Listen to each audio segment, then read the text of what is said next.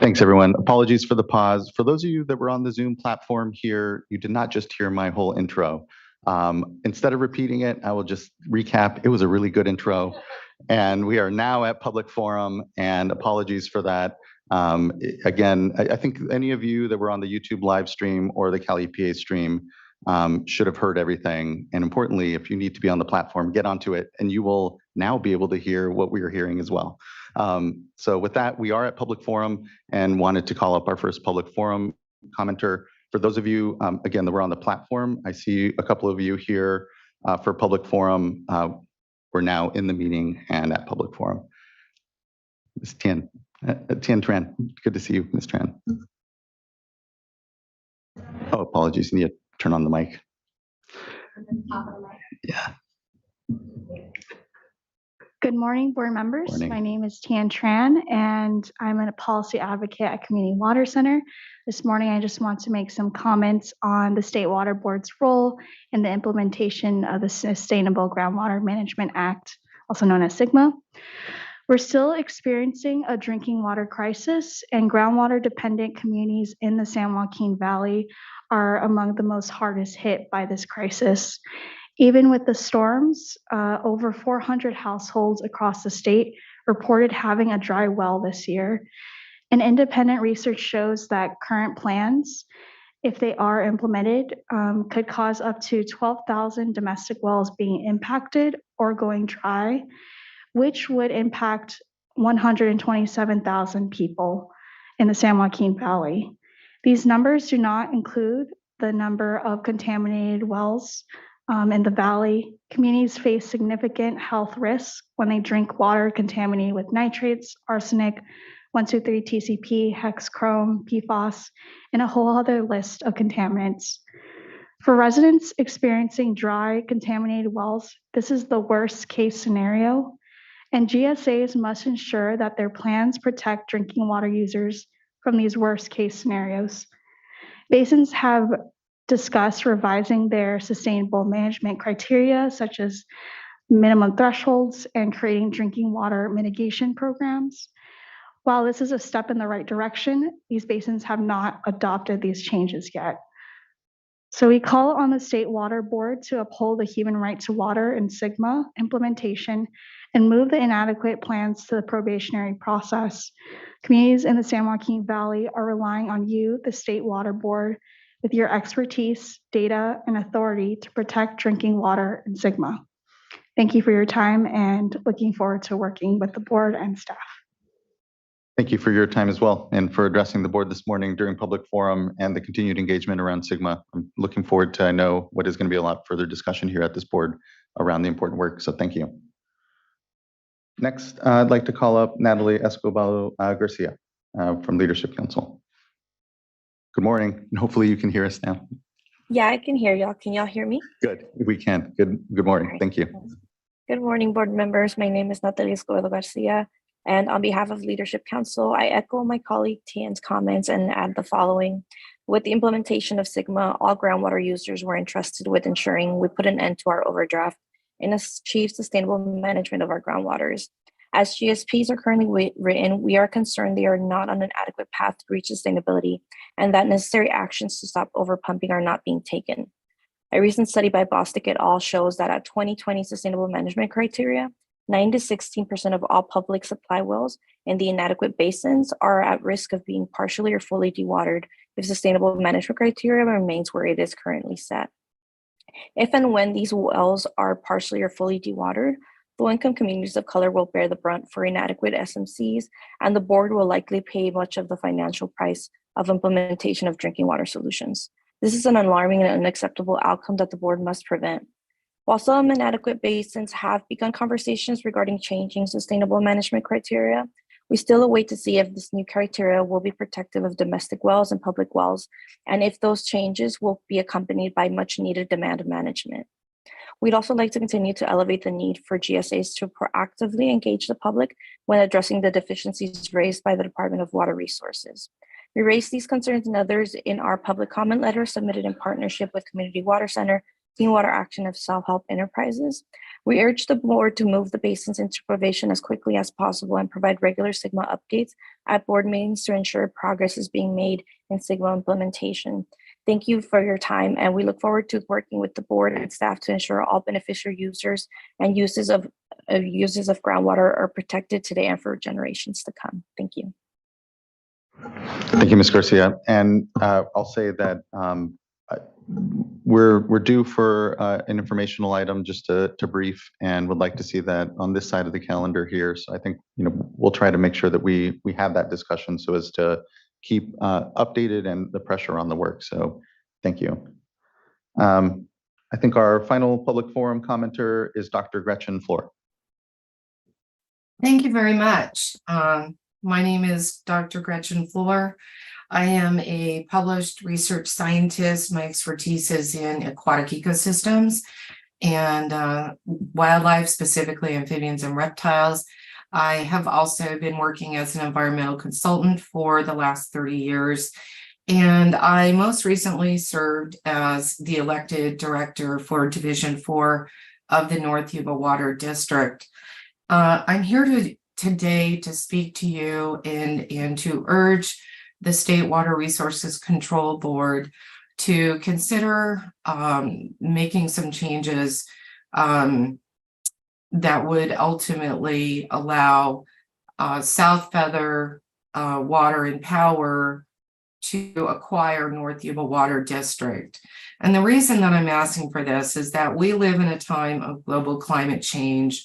Water has become, it always has been, but now more so than ever, is the gold of our amazing state of California. And I believe the Water Resources Control Board does take a regional approach to water in order to conserve water and to put water to the best uses that we can in the state. Global climate change is not going away, it's getting worse. And what we need to have is a more consolidated approach to water use and the administration around providing water in order to ensure that we are making the best use. North Yuba Water District, unfortunately, has a very long history going back to its inception in 1952 of making very, very poor decisions. Since 1952, North Yuba Water District has not put any money into their infrastructure. The original plan was to put a reservoir in place and to have infrastructure built over a number of years. And unfortunately, since the 60s, nothing but poor decisions have manifested themselves and no infrastructure has been built. The water has not been fully put to beneficial use. In fact, very little of it is actually put to beneficial use. Unfortunately, these poor decisions have carried on for the last 60 years up into the present day.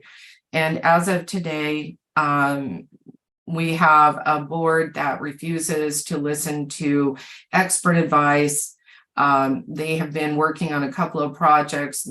Most recently, a couple of years ago, when I was sitting on the board, they put in place a pipe that was not compliant with CEQA. At the time, I voted against it.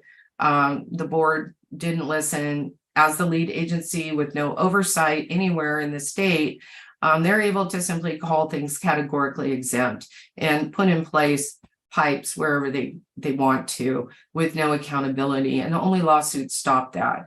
They're in the process of doing that now, replacing a historic flume that does need repairs with another buried pipe that has been declared categorically exempt when it's not. Bottom line is, over the last 15 years, their main infrastructure, which is shared with South Feather and impacts the entire community, has been deliberately neglected to the point where it was almost non-functional. And the water that the agency is entitled to is largely sold off to put more money in the pockets of North Yuba.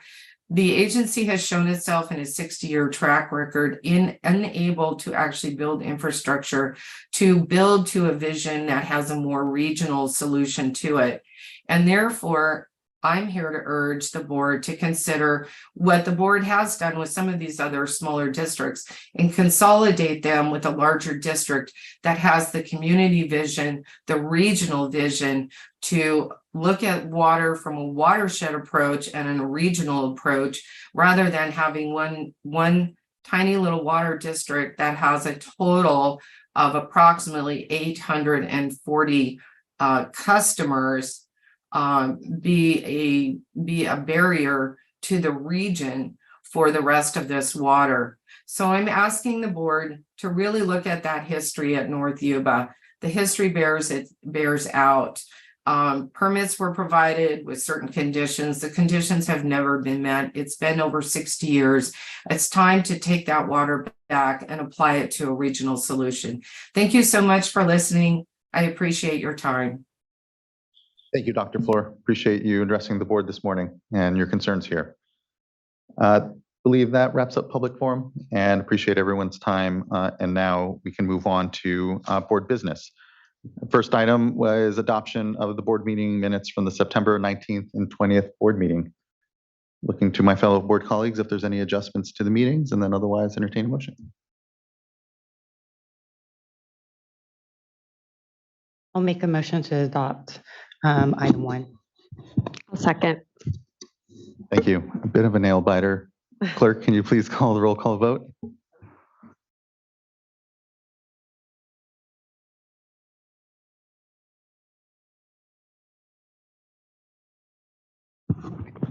Board Member Morgan, Aye. Board Member Firestone, Aye. Board Member McGuire, Aye. Vice Chair Diadamo, Aye. Chair Esquivel. Aye. Thank you. Thank you, Ms. Tyler. The roll call vote carries and the board meeting minutes are adopted. Next, we go to our uncontested item, checking to see if it's still uncontested and any colleagues would like to have any discussion or otherwise entertain a motion, and want to thank staff on the good work. The fact it's uncontested means it was done well. Move adoption of the uncontested item. Thank you, Ms. Tyler. Can you please call the roll call vote? Vice Chair Diadamo, Aye. Board Member Morgan, Aye. Board Member McGuire, Aye. Board Member Firestone, Aye. Chair Esquivel. Aye. Thank you. Thank you as well. And the item is adopted. Appreciate everyone's work on it. Next, we will be moving item number 3 to 1:30 to allow for participation. There's an ongoing media briefing now. We're commemorating the beginning of the water year. So we'll move that to 1:30 and then move here then to our next item, item number 4, which is consideration of a proposed resolution adopting our fiscal year 2023-24 fund expenditure plan for the Safe and Affordable Drinking Water Fund. So Haka, good to see you. I'll give folks a moment to gather up here.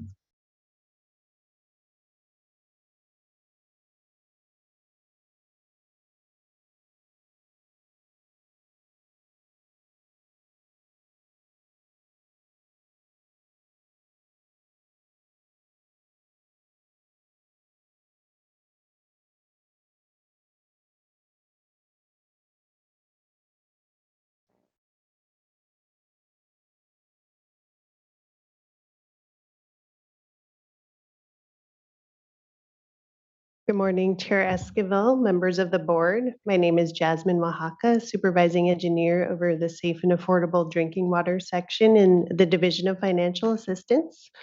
To my left is our Deputy Director, Joe Karkoski, and also Doug Bojak from the Office of Chief Counsel.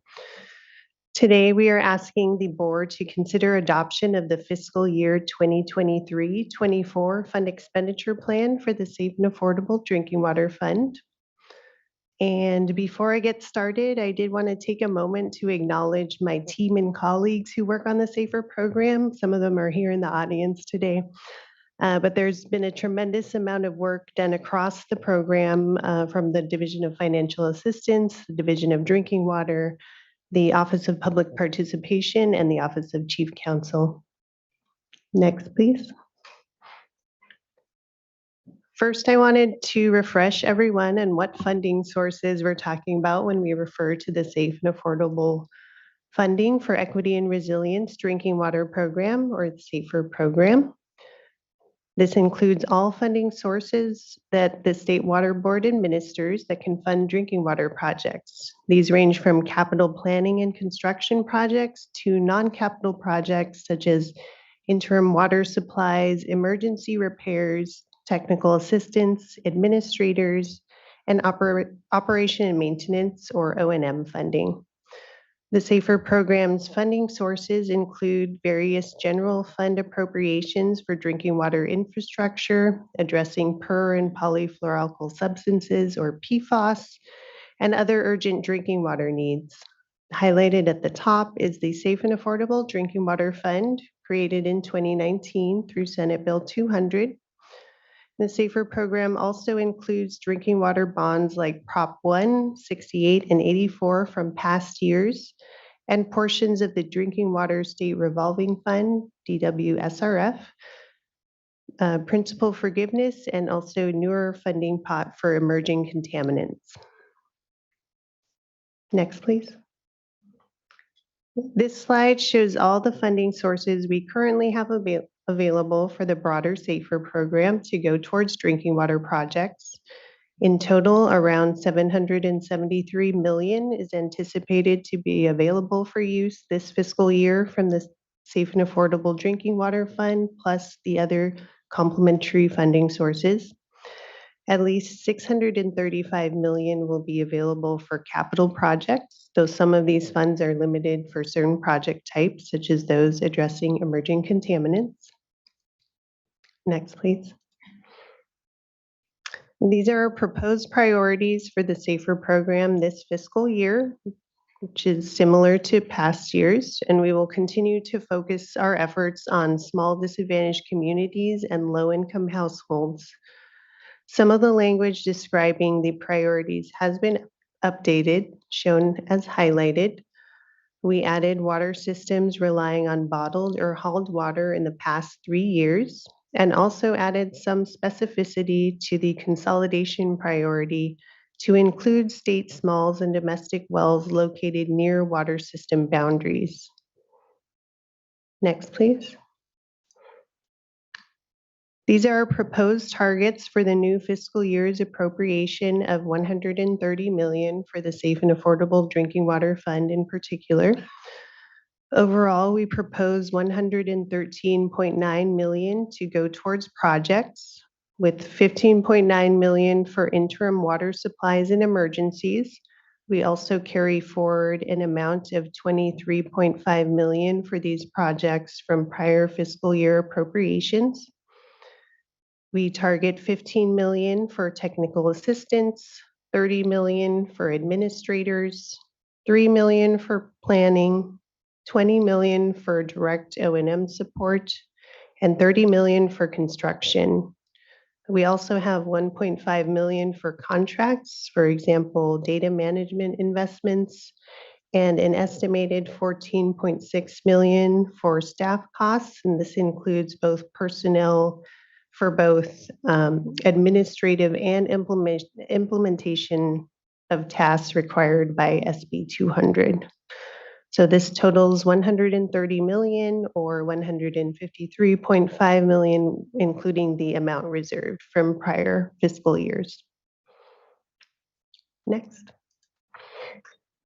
Next, I wanted to summarize key updates to the FEP text compared to the version that got posted for public comment on July 31st. Next. So during the draft FEP's public comment period, we had 2 public meetings, the SAFER Advisory Group meeting on August 11th and a board workshop on August 16th. There were 4 comment letters to the FEP that were received, with 1 more specifically for the direct operation and maintenance program guidelines, or Appendix L, from the entities listed. Next. For the text being proposed today for adoption, these are the key revisions that were made based on the comments received. So general updates were made to tables and associated text to extend the reporting range out to the end of the fiscal year, which was June 30th. A subsection was added to describe other funding sources available for various solution types that would affect targeted amounts for the Safe and Affordable Drinking Water Fund. So for example, there was a recent 55 million budget augmentation appropriated for hauled water and well repairs and replacements of domestic wells that have gone dry.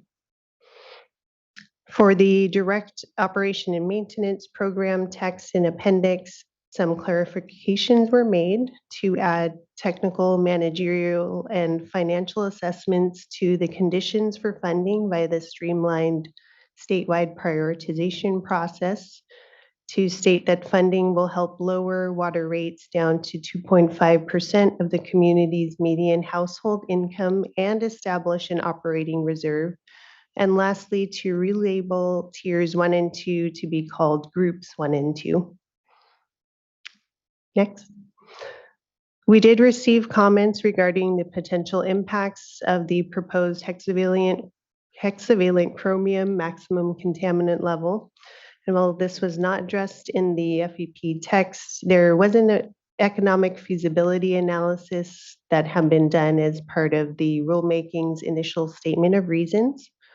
Additionally, the Division of Financial Assistance will be further coordinating with the Division of Drinking Water on the potential to begin providing technical assistance to potentially impacted water systems in small disadvantaged communities for feasibility analysis of potential long-term solutions. And regarding metrics, a new subsection was added to show key cumulative highlights for the SAFER program, as well as some trends, which I will briefly show next. And we also relabeled certain demographic information on majority race, ethnicity to now be called predominant identity characteristics. So lastly, this slide shows figures included in the new metrics highlights and trend section of the fund expenditure plan. The figure on the left indicates that the SAFER program since July 2019, we have provided $620 million to small disadvantaged communities, which has helped 1.3 million people who previously did not have access to safe drinking water. Other important statistics to note are the 4,600 households assisted with interim solutions, 90 drought resiliency projects funded, 150 schools receiving assistance, and in this past fiscal year, 65% of funding that was committed to failing systems benefited Hispanic dominant communities. The figure on the right shows a few program trends from these past 3 fiscal years. For the top 2 figures, we see the number of systems funded has been increasing and that the amount of funding to a handful of construction projects is higher than the larger number of interim and planning or technical assistance projects. From the bottom 2 figures, which reflect committed funding for any active projects for failing and at-risk systems, we see that both the percentage of systems being funded and the amount of funding is generally increasing. Next. At this time, we can take any questions.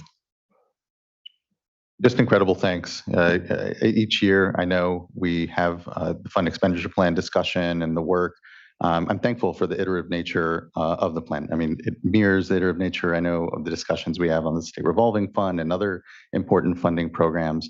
But here to see the ramp up since 2019 of this amount of work and importantly, the partnerships in communities and discussions that have been had over these last years is just really incredible. And I appreciate the continued focus on how do we tell the work of the program so as to continue to build the faith in it. And the metrics and the data certainly show that and help that. You know, my question and my concern is just the incredible need we know that is out there. And although these numbers, again, I'm very proud of and they're good, we know that, you know, the 130 million or so in the Safe and Affordable Fund isn't an unlimited pot. It has here a sunset, and there has to be thought about what the future, funding and sources look for that.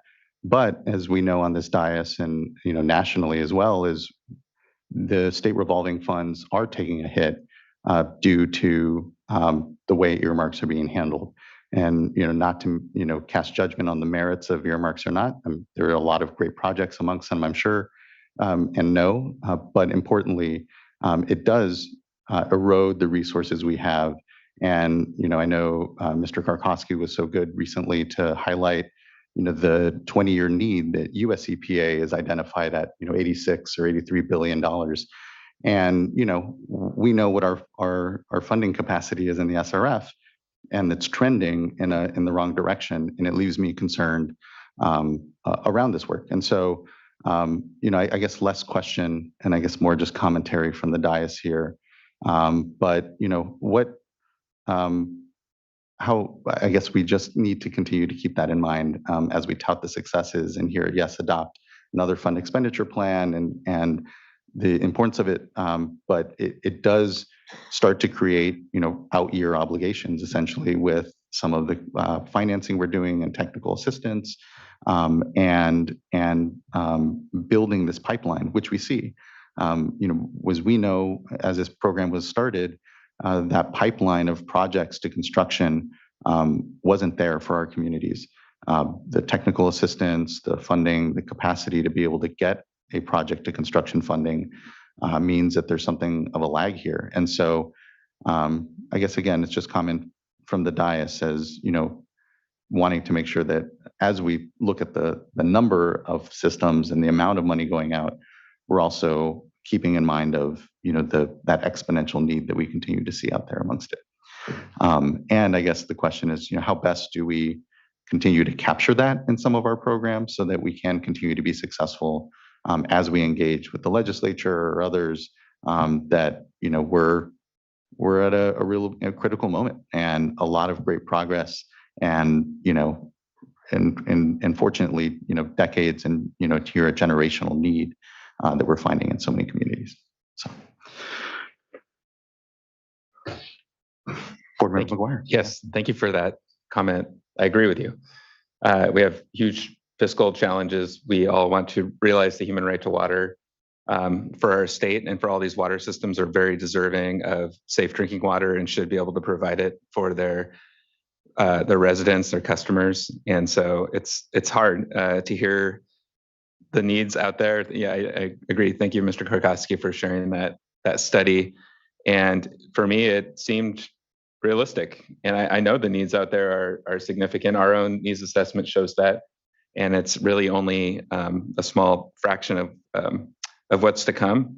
And so I just also wanted to thank staff for the discussion about the hexavalent chromium MCL and the ability to provide some additional technical assistance and the feasibility analysis for long-term solutions. So, and I think about that in the context of the long-term needs, and not just hexavalent chromium, but PFAS and the other emerging contaminants and things that are coming down the pipeline that are only going to add to the needs that are already currently on the books.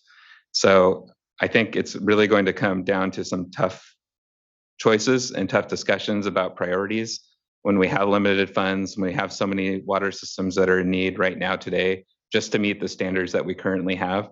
So I know it's not going to be easy to map this out and figure out where do we go from here with dwindling resources, but willing to put the work in and hopefully, and I think, this fund expenditure plan and the metrics that we're tracking and the way we're going about it diligently working with communities is really remarkable. And thank you for all the good work that you've put into this plan. I'm very proud of it and the progress that's been made over the past few years. So thank you for that. There's always going to be challenges in front of us and things that we have to overcome. This is just one of those moments, but it's not to lose sight of all the accomplishments so far. So thank you. Thank you, Board Member. Board Member Firestone. Yeah, thank you, and echo all the comments that have already been said, and thanks for all the great work, and thanks to the staff that's been doing great work over the first few years of this program. I'm also just really proud and grateful for this program and the way it's building this whole array of really proactive tools and transparent metrics. I think it really helps us get a handle on the reality of what it's going to take to address these issues, and really have to grapple with the next few years. I think as we get systems shovel ready, shall we say, it's also aligning with the time that there's less funding coming from the feds, and so we're going to and sort of fiscal constraints across the board. So I think we're going to have to really now's the time for us to be really leaning into making sure that we have the funding needed to get these hundreds of systems and schools across the finish line.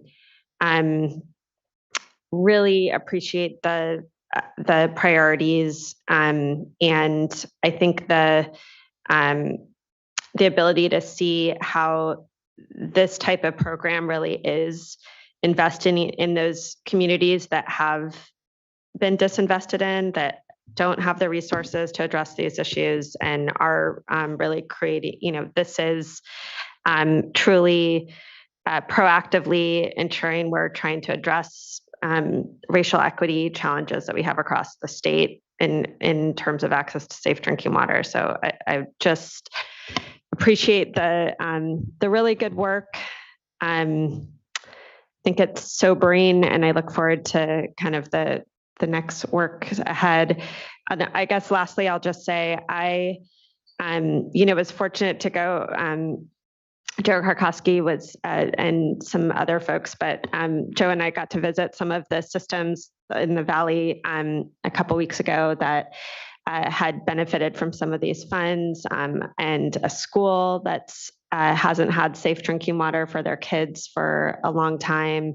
So just with each of these numbers and each of these communities, it's always, I think, just really important for us to go back to what that means for real people's daily lives that have gone, in many cases, decades without safe drinking water from their tap. And we're finally able to start changing that. So appreciate the work that everyone does every day to do that. You're here. Thank you, Board Member. Board Member Morgan. So I too echo the comments that have already been made, and just wanted to add, I really do appreciate that this is truly a program. It's a funding program, but then it's also, partnering the financial piece with also the working with the Division of Drinking Water and taking a look at the long-term needs and looking at the technical aspects of the what those needs are, and with the so it's a safer program, and taking a look at what the needs are, and so doing the needs assessment also annually.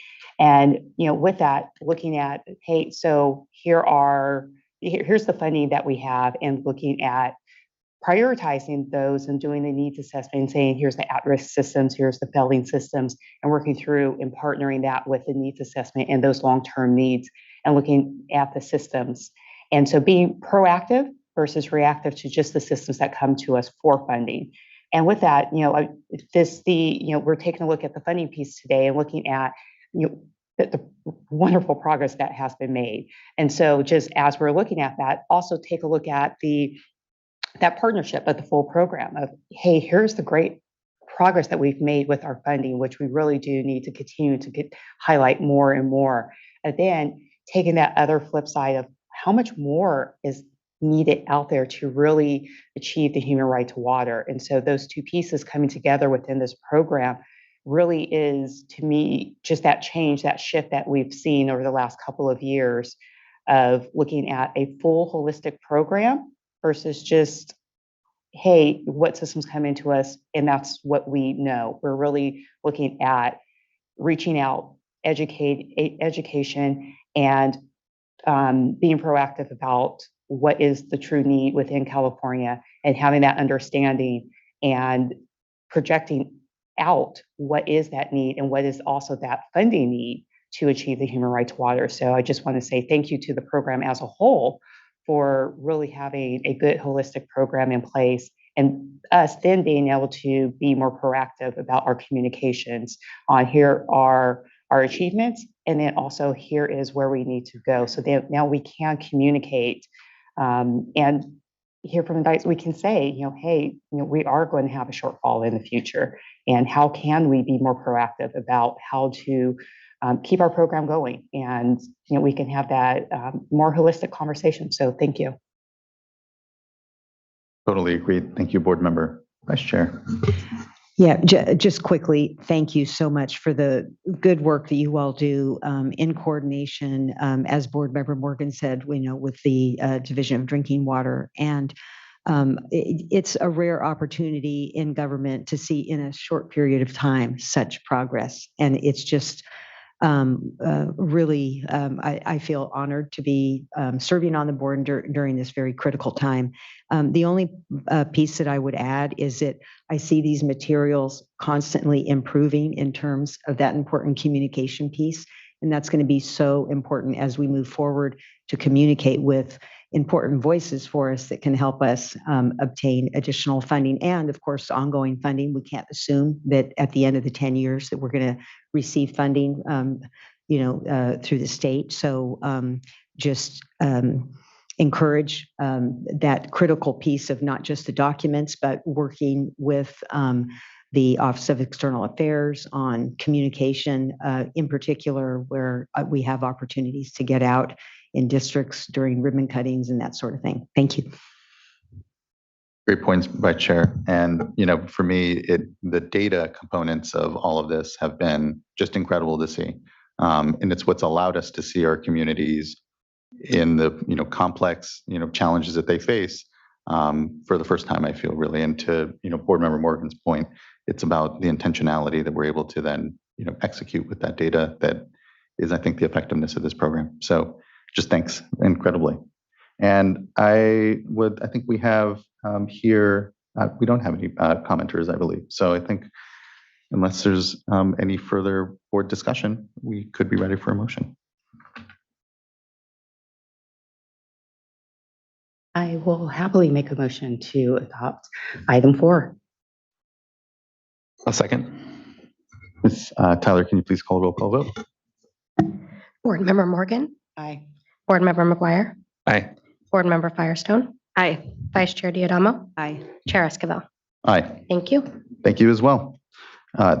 Item carries and the fund expenditure plan is adopted. And looking forward to, I know it is already the process to begin next year's fund expenditure plan. So just incredible thanks. Again, looking forward to the continued progress here. So as we said, we have item number 3 that we've pushed to 1:30. We have item number 5 we can get to now. We will likely be able to get through board member reports and the executive director's report and then take a lunch and then get to item number 3. So I was going to maybe give us just a quick break for what it's worth, because we have this space in the schedule. So let's come back here at 10:15 and we'll continue on to item number 5. Apologize. 10, what am I trying to add? About 10 minutes to the clock. So at 10:25, we'll come back here. So thank you, everyone. I was an English major for a reason. Yeah.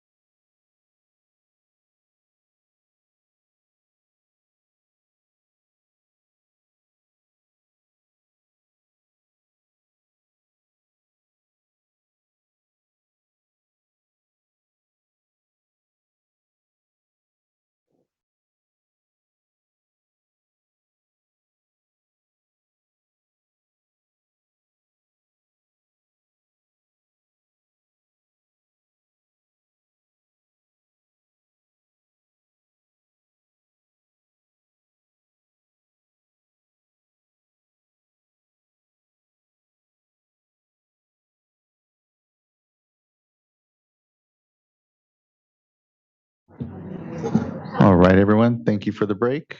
It is 10:25. We can come back and begin item number 5. And just at the start, just huge thank. I'm always thanking, but we're doing so many incredible things, and this amongst them. So, just at the top, thank you, and Ms. Mogus. All right. Well, from the top, you're welcome. Good morning, Chair Escobar and members of the board. My name is Karen Mogus. I'm Deputy Director of the Division of Water Quality, and I'll be presenting the guidelines and resolution for the extended water and wastewater arrearages payment program for your consideration today. I'm joined today by Lisa McCann, who's a couple people down in the Division of Water Quality, Julie Osborne, our lead attorney on arrearages for the Office of Chief Counsel, Salika Potter, the jack of all trades from the Division of Financial Assistance, Bob Brownwood from the Division of Drinking Water, and we also have John Russell from Administrative Services in the audience in case there's questions that he can address. So with that, next slide, please. So the State Water Board previously provided payments to community water systems, wastewater treatment providers, and wastewater billing entities to forgive residential and commercial customer arrearages that accrued during the original COVID-19 pandemic bill relief period of March 4th, 2020 through June 15th, 2021. The timeframe of the COVID-19 pandemic bill relief period has been extended, and the definition of a wastewater treatment provider has been amended. The extended arrearage program extends the relief period through December 31st, 2022, and will accept applications for both water and wastewater arrearages simultaneously, rather than in separately in succession as we did in the first program. Next slide, please. And, I think most folks don't know or say the word arrearage too often or know what arrearages are. And so to speak plainly, it's just water debt that had accrued in some customer households. debt on their water or wastewater bills. Thank you. Out of the $985 million that was allocated to the original arrearages program, approximately $385 million was provided to water and wastewater systems for unpaid customer bills. The leftover funds of $600 million are available to provide customer relief for unpaid water and wastewater utility bills for an extended period of time through this extended water arrearages program.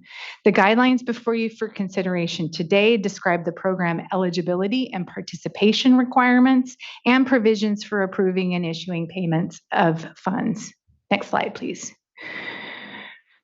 This is the timeline for public review and board consideration of the proposed program guidelines. On August 25th, 2023, State Water Board staff released the guidelines to establish the proposed extended arrearage program for public comment. We held a staff hosted public workshop on September 21st to present the draft guidelines and answer questions about the program. The written comment period on the draft guidelines concluded at noon on September 25th, so a week ago yesterday. And today I am presenting for the board's consideration of adoption the guidelines for the program, including some changes that we are proposing. And I'll go over the main comments that we received as well later in the presentation. Next slide, please. Now I'll shift to an overview of the program guidelines. First is eligibility. There are 3 main categories of entities that are eligible to apply for funding under the draft guidelines. The first category is community water systems, which is defined as any system regulated under the Safe Drinking Water Act. That is any public water system that serves at least 15 service connections for permanent residents or regularly serves at least 25 permanent residents. All community water systems, large or small, are eligible to apply for funding. The second category is wastewater treatment providers, defined as either of the following: a city, county, special district, or joint powers authority that provides wastewater collection, treatment, or disposal services through a publicly owned treatment works, or a privately owned facility used in the treatment or reclamation of sewage or industrial waste and is regulated by the Public Utilities Commission. The third category of eligible applicants is wastewater billing entities, which is defined in the draft guidelines to include any entities that bill customers on behalf of wastewater treatment provider, such as a city, county, or special district. Next slide, please. The State Water Board will provide access to an online portal to submit applications. We'll be asking applicants to provide the following documentation: the record or number of customer accounts in arrears and for how much, a completed disbursement request form, which is a summary of the total arrearage funding request signed by the authorized representative of the applicant or their designee, a tax ID request form that we have on file, we have on file what the employer identification number or tax ID is for IRS purposes, a unique entity ID required by the Department of Finance. Additional documentation may be necessary to process applications, and we will be providing templates for this documentation for applicants to complete to hopefully make it as easy as possible. Next slide, please. To participate in the program, approved applicants will need to waive any late fees assessed or interest accrued by the customers due to the debt. Bill credits will need to be credited to customer accounts within 60 days of receiving payment from the State Water Board. Applicants will need to provide written notification to customers notifying them that the provider or billing entity has received arrearage funding from the State Water Board using Federal American Rescue Plan Act funding, and that the funds have been credited to the customer account. And finally, approved applicants will need to submit a report on expenditures and customer credits, basically a report documenting where and how the funds were spent. State Water Board staff will process disbursements as soon as complete applications are received and reviewed. After the close of the application period, all applications will be totaled. If the total amount of applications is less than the $600 million that are available for the program, all eligible applications will receive 100% of the amount that they requested. If the total amount exceeds the funds available for the program, each eligible applicant will receive a proportional percentage of their application amount. And the calculation for that proportion is included in the guidelines. Staff will prioritize the timing of disbursements to small applicants serving small communities. Staff may also prioritize the timing of disbursements to applicants serving disadvantaged communities as well. Next slide, please. All right, moving on. Now I'll summarize the comments we received and staff's responses. We received comments from the Association of California Water Agencies, the California Municipal Utilities Association, the Central Valley Clean Water Association, the Public Advocate's Office at the Public Utilities Commission, the general public, Irvine Ranch Water District, and a consortium including Clean Water Action, Community Water Center, Los Angeles Alliance for a New Economy, Leadership Council for Justice and Accountability, and the Natural Resources Defense Council. I will not be attributing the comments to who made the comments in this presentation, but just know that's where we received the comments. Next slide, please. All right, so first off, we received several comments requesting we take a snapshot approach to determine what arrearages are eligible for funding. The concept is to allow us to pay for a customer's arrearages identified at the time of the water or wastewater system's application, rather than funding only those arrearage balances that exist at the time the applicant receives the funding. So to be clear, they're going to apply during the 60-day comment period.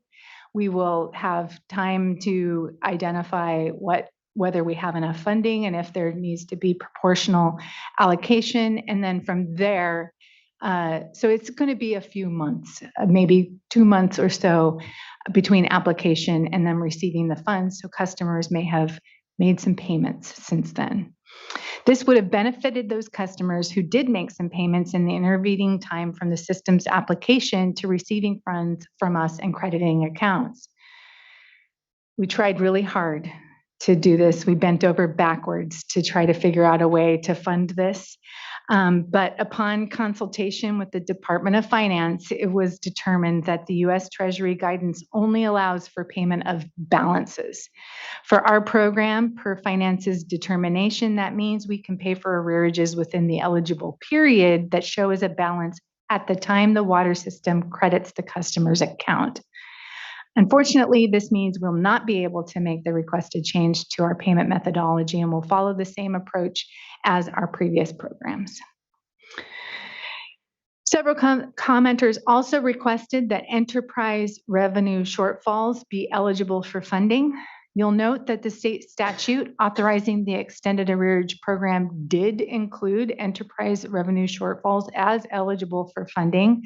However, after consultation with the Department of Finance, it was determined that enterprise revenue losses are not legally reimbursable with funds from the American Rescue Plan Act allocated to the state. So basically, our state rules would allow it, the federal rules will not. Next slide, please. Some commenters requested an extension of the 60-day timeframe to disperse funds once they receive funding from the state. This requirement is in the statute, so we cannot deviate from it in the guidelines. We also received requests to offer electronic fund transfers instead of mailing checks. We do not have the ability to disperse funds electronically, and so cannot address that comment. Next slide. We received comments to include industrial users, specifically food processors, as customers eligible for arrearage funding.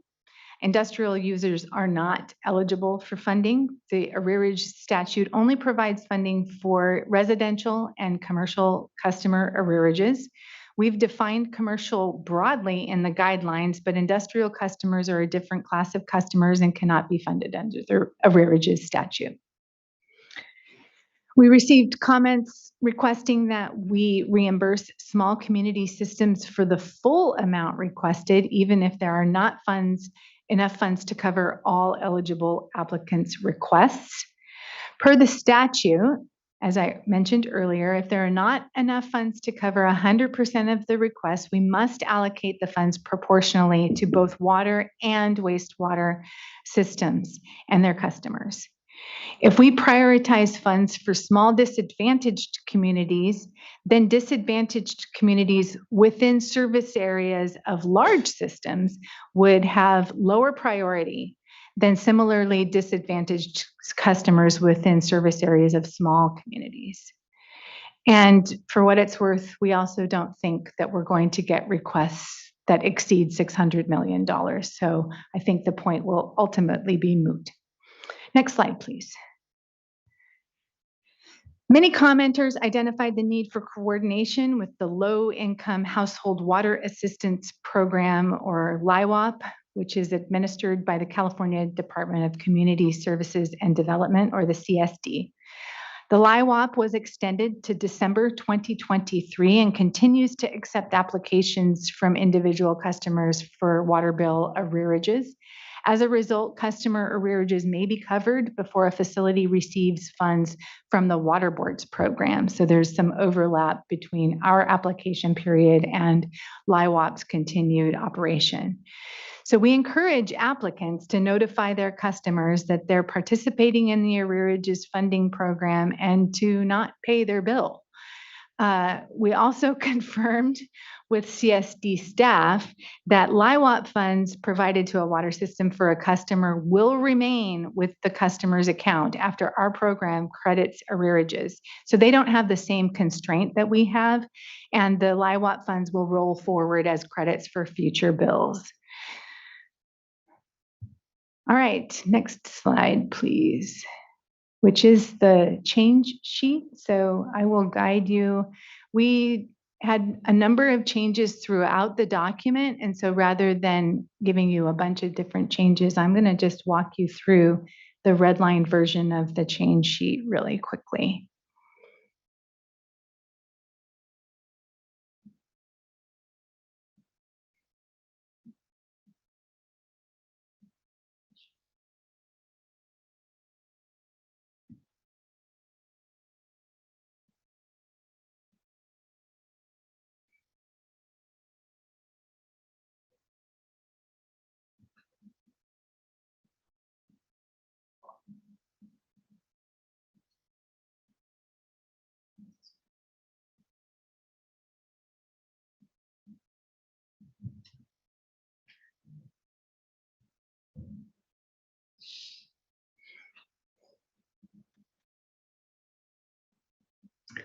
All right, start with page 6. So I spent most of the time telling you what changes we weren't going to make, but we actually did make some changes to clarify. So if you have the copy in front of you, page 6, and it'll be up here, we added closed accounts to the list of eligible arrearages in the definition of past due bills. Some of these changes also were reflected throughout the document. I'm just going to touch on the first one and know that we went through and made all of the changes necessary throughout. Also on page 6, we allowed for flexibility in the duration of a payment plan. There was some confusion about the note of 12-month payment plan, so we made sure that there's some flexibility in the duration of it. The next is on page 8. Thanks. We removed the customer notification for arrearages that replace funds applied through a customer assistance program. This caused confusion in the original program, and so agreed to allow that flexibility. Next one is on page 9. We clarified the customers already enrolled in a payment plan do not need to be re-enrolled in a new payment plan. Next is page 11. We removed the reference to a pre-application survey. Somehow we missed one, and so we had to take that out because, of course, we are not conducting a pre-application survey. We're just going straight into the application period. Next is on page 12. We clarified that administrative costs up to 3% of the arrearages identified in the application is eligible for funding. Next is on page 13. Clarified that late fees applied to debt accrued outside of the COVID-19 relief period do not have to be waived. Also on page 13, we clarified language encouraging facilities to modify their accounting systems or use other methods to maximize the amount of customer arrearages eligible for funding. Also on page 13, clarified the customer notification requirements. And on page 14, we clarified that facilities must restore service to customers whose service has been discontinued for customers who have arrearages that will be funded by the extended arrearage program. And finally, on page 15, we clarified the prohibition of shutoffs does not apply to customers whose debt accrued entirely outside of the full COVID-19 relief period. And those are all the changes that we were able to make in the guidelines and are proposing for your consideration today in the change sheet. So going back to the presentation, sorry to be complicated. I'll just say it's a timeline. Once the guidelines are adopted, the application period will open in early November. As mentioned before, the application period will be 60 days and will close sometime in early January. And we will begin distributing funds in around February of 2024 and hopefully be finished with funds dispersion in April. And then my final slide is my recommendation to you that the board adopt the resolution and the guidelines for the extended water and wastewater arrearage payment program with the changes identified in the change sheet. And that's all I have for you today. And I won't be answering questions. I've made it clear that OCC and DFA are responsible for answering all questions. No, I'm just kidding.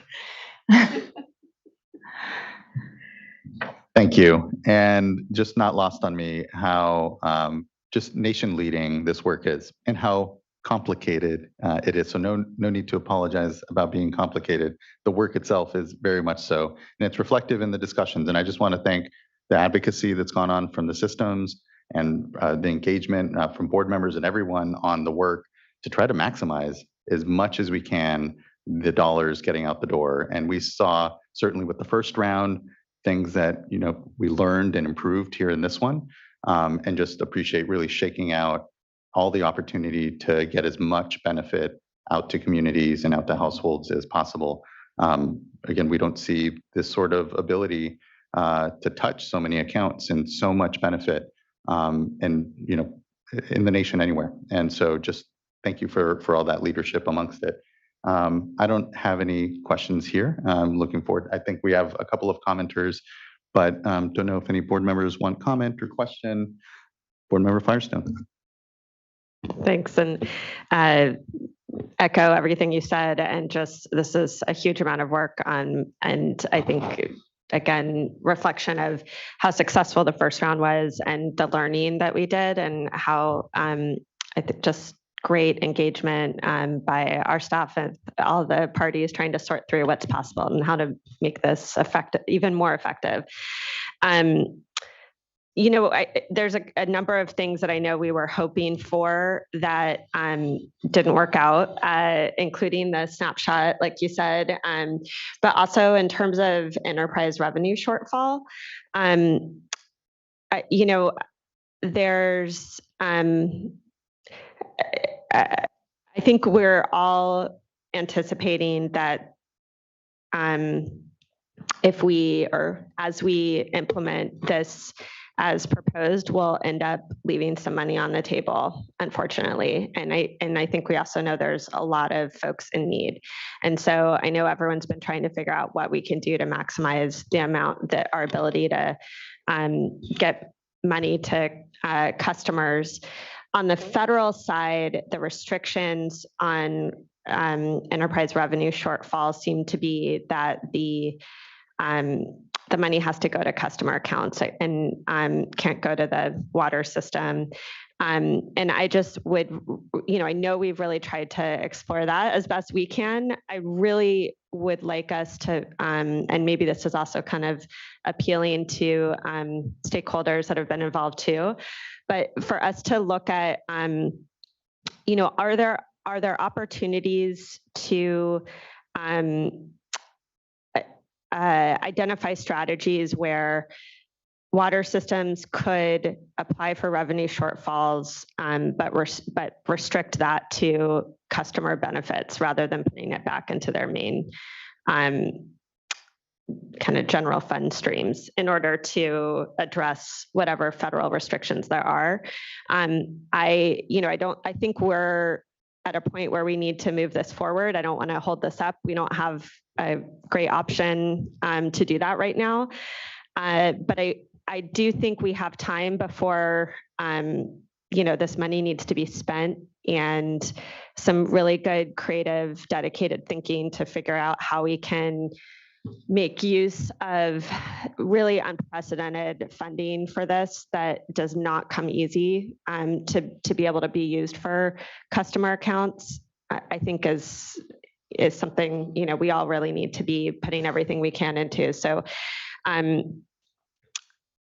that's more of a comment. I guess if anyone has any thoughts on ways that we have tried to explore already, allowing for applicants to apply for revenue shortfall, but then restrict the funding use to be for customer account benefits. So that would be like for customer assistance programs, basically, so that you could ensure that the money that is coming back is going to customers and not sort of more generally to the water system. So we will continue to look, but I would caution that the other part is it has to go to customers for relief of debt they incurred during that time period. And so we believe that we have made it as easy for them to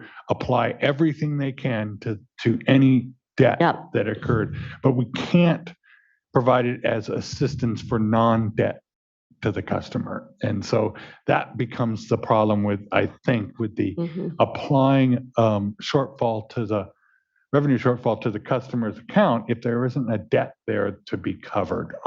But we are continuing to look at that. And I believe that as long as it's being applied to cover a debt, the guidelines allow us to Allow do it, it. And right. so I don't think we have to come back to, if there is something that we find that makes a big difference, we will have to have a discussion about, do we need to make any amendments or such?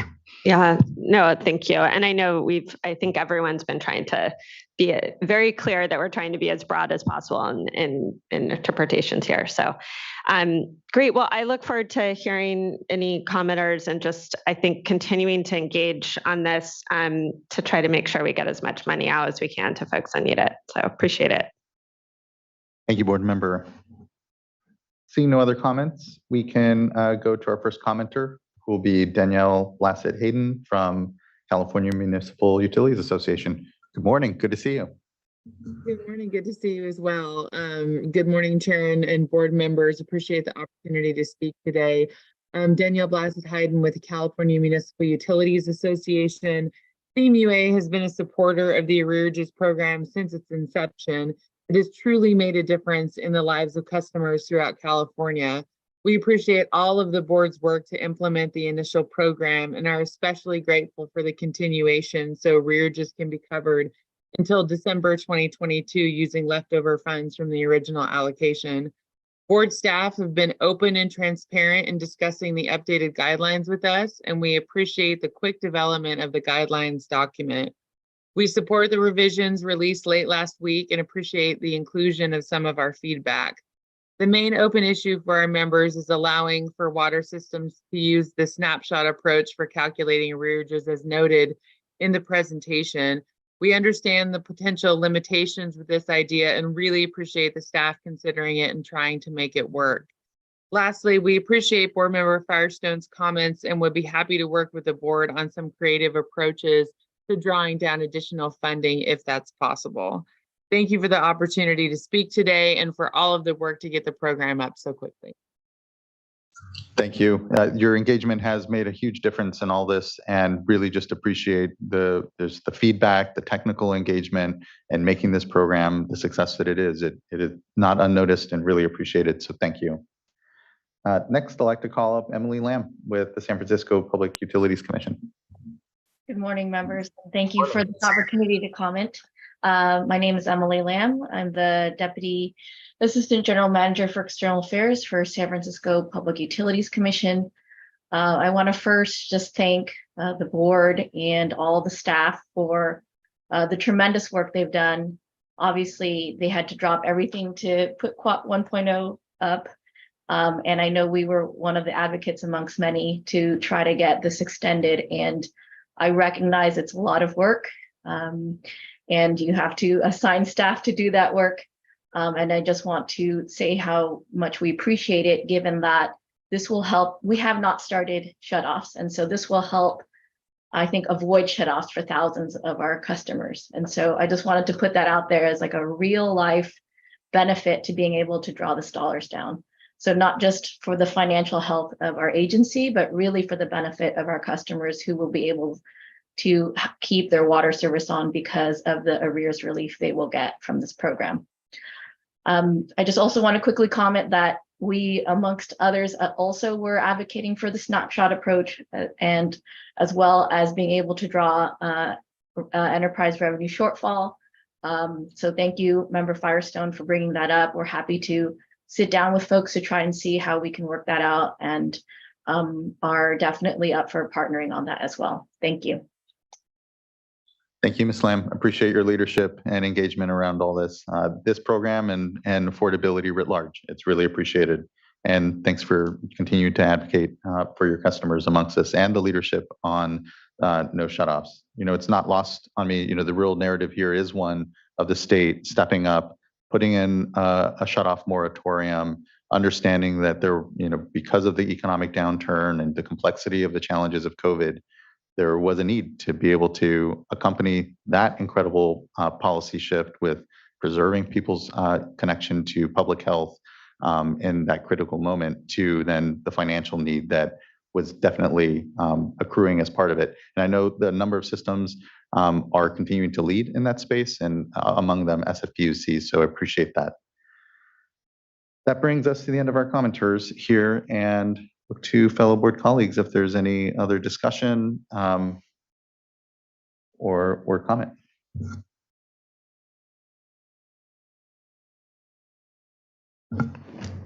Board Member Firestone. I'll move to adopt the resolution and guidelines with change sheet. Second. Thank you both. Ms. Tyler, can you please call a roll call vote? Board Member Firestone, Aye. Vice Chair Diadamo, Aye. Board Member McGuire, Aye. Board Member Morgan, Aye. Chair Esquivel. Aye. Thank you. Thank you as well. The vote is unanimous and the resolution is adopted. Looking forward to hearing how implementation goes here in the year ahead. But thank you everyone for the incredible quick work and look forward to the work ahead. Thank you. May I make one comment? Yes, I Ms. heard a lot of Bogus. comments about how much work it is for our staff to stand up and administer this program. It is a lot of work for the facilities as well for a very small amount. They do not get enough from the 3% to cover the costs of administering the program to their customers. And so just wanted to put a shout out to all of the facilities that are participating and putting themselves out there to make sure that the customers get the relief that they need. So wanted to. Here, here. Thank you for that, Ms. Mogus.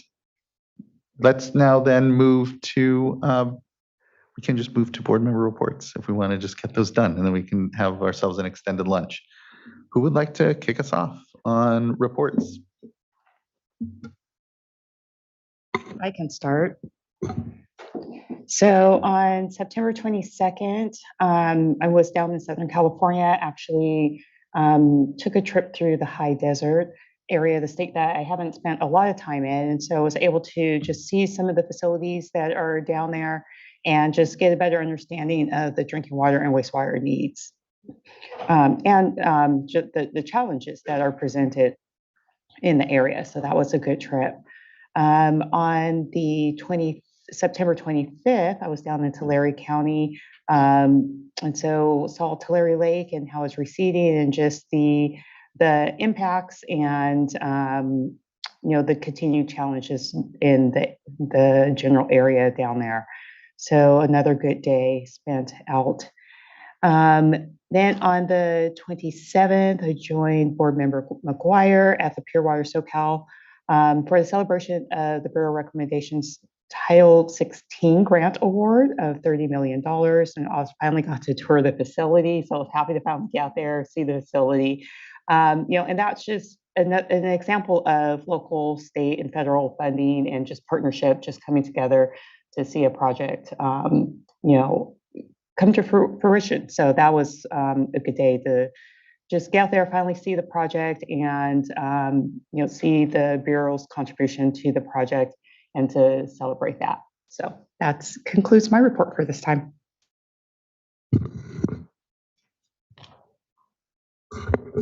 On September 21st, I was able to be part of the Sacramento Groundwater Authority's 25th anniversary. And it was great to hear about the history of what motivated the region to come together and look at something that eventually we as an entire state would be looking at, which is sustainable groundwater management. I was on a panel with Secretary Ross and also the Nature Conservancy talking about SGMA, impacts of implementation, Secretary Ross focusing on the agricultural piece. And then we talked a lot about groundwater recharge and just the fast speed at which we're shifting our focus and with all the additional tools that we have over here at the Water Board. And then the next day, I traveled to Southern California and went to Region 8's regularly scheduled meeting, and then afterwards did a tour at Santa Margarita Water District. So last Thursday and Friday, the 28th and 29th, I was invited actually by now Secretary of the Maryland Environmental Protection Agency, Serena McElwain, and Undersecretary prior at Cali, PA, to a symposium discussion around the development of a collaboratorium around water issues. So water quality, here in the Chesapeake, we know is top of mind. I mean, it's one of the estuaries here nationally that has received a lot of resources, a lot of discussion, and a lot of attention. And so they're looking to do a lot of the data work that we've been doing here within the state. So really centering communities first around decision making and using data, and then some of the new discussions around machine learning or AI to really create a collaborative space for their water challenges in their estuary, and invited myself and a number of other Californians out to kind of cross collaborate, discuss the work that we're doing amongst our estuaries. So I was fortunate to go there, open things up, see Serena again, and we had Dr. Louise Conrad from the Department of Water Resources was also there attending. So was Ted Grantham from UC Berkeley.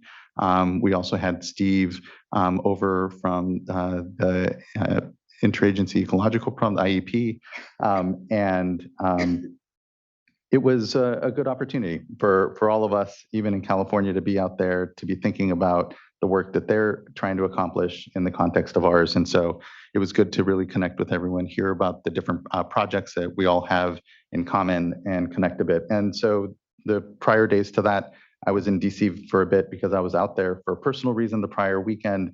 Instead of flying back and forth, I worked out of the DC office for a few days there. Didn't take many meetings because it was a very busy time last week as the government and Congress here ensured that we were still funded and staying open, which congratulations to them on that. I had no part and take no credit.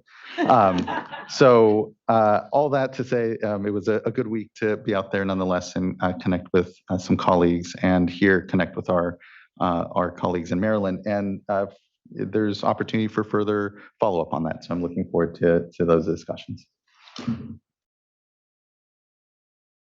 Great.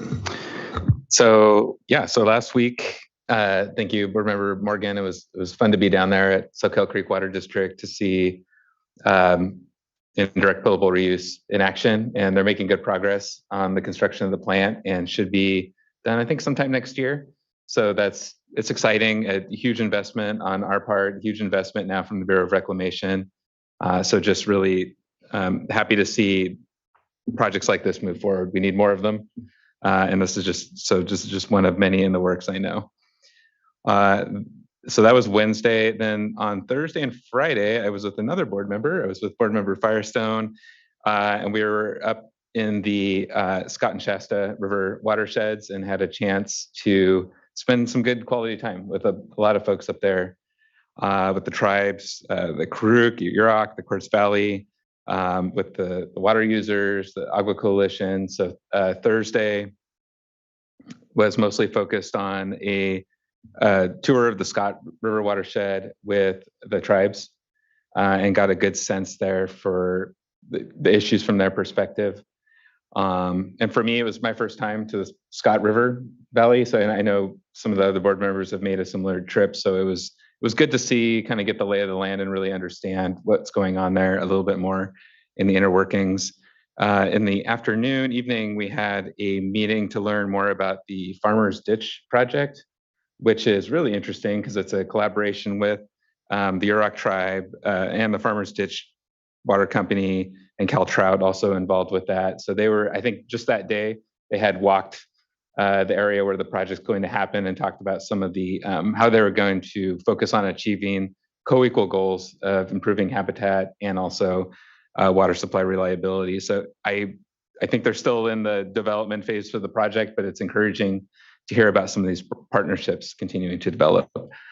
And then Friday was a tour of the same river, Scott River watershed again, but with the Agua Coalition folks. So it was good to kind of go back over some of the same area and hear the other side, the other perspectives, as you all well know. So that was good for me, very educational, eye-opening experience, and very timely at that.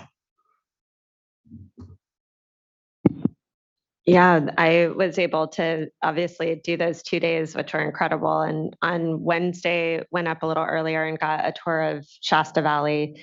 And or the Shasta River Valley, and got to visit through the county and Farm Bureau and folks, and get a sense for how different the two river systems are. Beautiful place, incredible work going on. I think really just extremely grateful for the time that so many stakeholders gave us, Sean and I, and I feel like I'm still absorbing much of that. I'm really looking forward to Friday and then continuing to kind of hear from folks as we're digging into that. I think it's a really important and special part of our state, and so it was great to actually get there in person and get to sit down and talk with folks. And then Saturday, I was able to stay actually and connect with the Yurok tribe on a trip looking at restoration areas on the Klamath along the river that will be affected by the removal of the dam, so upriver. And just hearing, I think, a lot about the story to take down the dams, what led to that, and then what they're focused on moving forward in terms of being prepared for the next couple of years, and restoration efforts and how to transition after that. And I mean, really an area that I did not have a lot of background on. So it's pretty amazing to be able to start to kind of come up to speed on the amazing work that's happened over just the last few years, especially. Fantastic. It is an exciting time in the region. And as we know, before here at the board, given all the work. So thank you for making that time and spending it up there. I know that it makes a huge difference in all the work that we're doing here when we're out in the community. So thank you. With that, it wraps up board member reports and brings us to the executive director's report. So Beck. No, I don't have anything to add to the report. Thank you. Thank you. Okay, that brings us to the end of our agenda for now. We will have item number 3, which is our hydro update at 1:30. That brings us to probably one of the longest lunches I think I've ever afforded us here. Yeah. You're welcome. It makes up for all the other shorter lunches, perhaps. Yeah.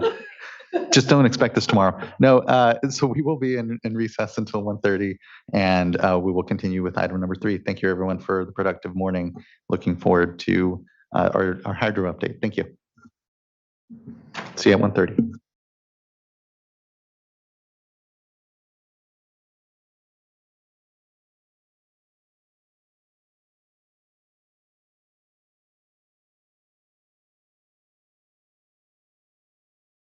Thank you.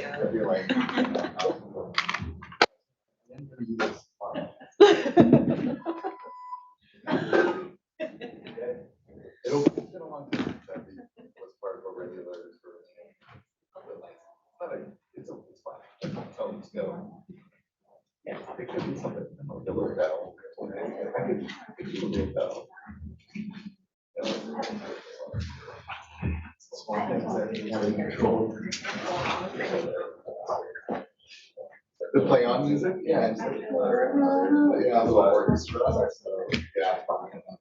Play those. Yeah. And just we're taking a break.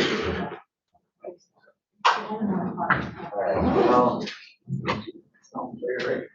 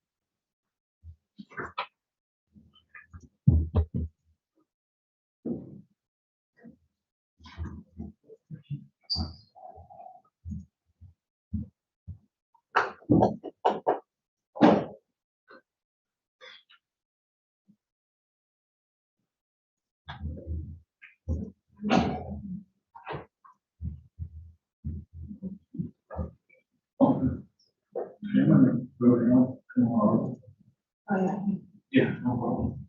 I was gonna go home next day.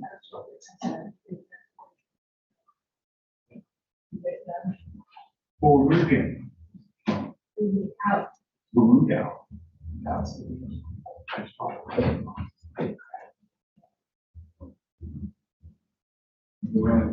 Small.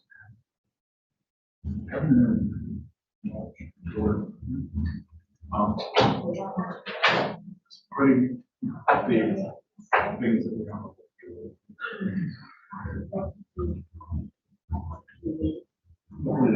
Today and night.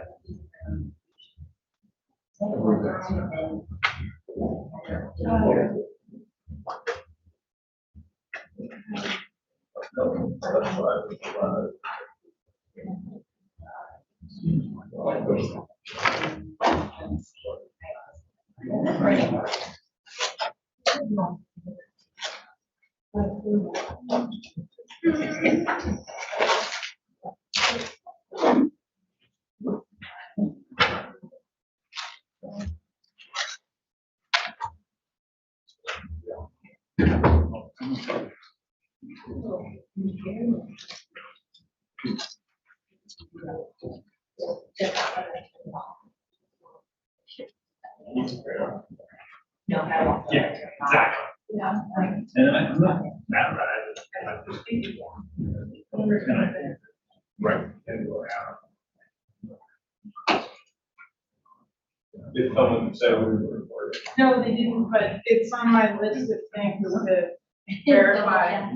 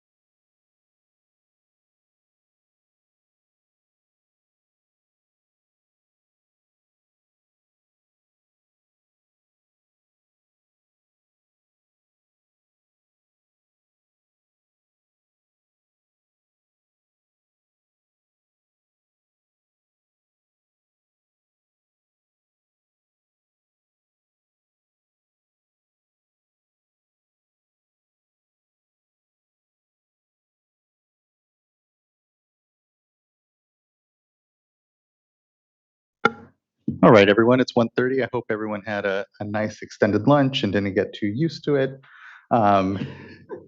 Good. Thank you so much. We're back here now for item number 3. And without further ado, would kick it over to Mr. Ekdahl, and wanted to just at the top as well, thank Dr. Anderson here, Mr. Anderson, for being with us, our state climatologist. It means a lot for you to be able to join. Thank you. Thank you, Chair Esquivel, members of the board. I'll look to Courtney to see if there is a slideshow and a PowerPoint, and my thanks in advance to Courtney for entertaining my multiple revisions of the slideshow up until the very last second. But it looks like we've got the most current and up-to-date one. So let's just jump right into the next slide. This is an overview of our hydrologic retrospective and conditions, but this year, rather than doing just a kind of simple where are we right now in terms of hydrology, it is the start of a new water year, which officially begins on October 1st. And so we're taking this board meeting to do a little bit more of a deep dive and a retrospective of what happened over the previous water year. But then even before we do that, a preview of the water year to come. And so we had reached out to the Department of Water Resources Director Namath, my understanding, was not able to participate, but Mike Anderson, the state climatologist, is here, and then he will kick things off. We'll then do an overview of board activities. We'll have water rights, drinking water, financial assistance, and Office of Research Planning and Performance. And so with that, we'll go to the next slide, and I'll turn things over to Mike. All right, good afternoon, Chairman Esquivel and board members. On the slide there, we have a depiction of Pacific Ocean, well, actually global ocean sea surface temperatures there in the latter end of August and through September. And you see a lot of reds indicating that the global oceans are quite warm. The red extending from South America out to the date line along the equator is the El Nino event currently evolving as we speak. Maybe more importantly is that red patch between Hawaii and North America. This is a marine heat anomaly about the size of the continental United States. This impacts that equator to pole temperature gradient that is key to how the jet stream sets up. So what we'll see here are the influences of El Nino on the jet stream, but modulated by some of these features that haven't been there in past decades. So let's go to the next slide. All right, well, here's a quick summary of a retrospective of this past year and what a year it was. The first quarter of the water year, we were staring year 4 of a record-setting drought square in the face, but a hint that something might be on the horizon. Didn't quite realize how big a thing it was going to be, as we had winter in 3 weeks. 46% of the average annual precipitation fell in that 3-week period. Normally in December, January, February, we get about 50%. Awesome, thank you. That should help. All righty. We also had 86% of a seasonal snowpack accumulate in those 3 weeks. So really impressive series of 9 atmospheric rivers that hit. Went dry for a month. So you think, okay, well, it came in 3 weeks, but it still arrived. Great. But then we launched into an even more unique set of extremes, starting with a series of cold storms, putting a lot of snow where snow normally doesn't fall. Really piling onto the snow that was already in the high country, and then following it with more atmospheric rivers leading to those spring floods. As you see there with the star, our snow melt a little later in the season because of that rather phenomenal snowpack that set up. We also had another unusual visitor with Tropical Storm Hillary there in August, in part due to, with the developing El Nino, the tropical winds tend to ease up. So the winds that would normally blow them off towards Hawaii weren't there. Also, an extremely large high pressure system in the southern plains causing heat extremes in Texas and Oklahoma provided a guide for that storm to make its way up towards California. So a pretty unique set of circumstances ending up there. In the end, we don't have the full water year stats yet. Those will be ready in about a week or so. But for the wet season, October through March, statewide, the sixth wettest at 153% of average. And for the San Joaquin Climate Division, so San Joaquin, Tulare Lake Bed Basins, 199% of average. So our wettest part of the state, a place that normally isn't. And only our fourth time since 1950 that we went over 200% of average in a snowpack. The last time we did it was 1983, so a good 40 years. Let's go to the next slide. All right, so trying to look at the water year, kind of broke it down into the pieces of how seasonally we kind of look at our water year with the fall here, beginning of the water year. We really look for that first rain of the season and the dry season. And on average, up near Crescent City, it starts around October 1. And sure enough, right at the end of September, it is over this last weekend, we had a storm system move through there.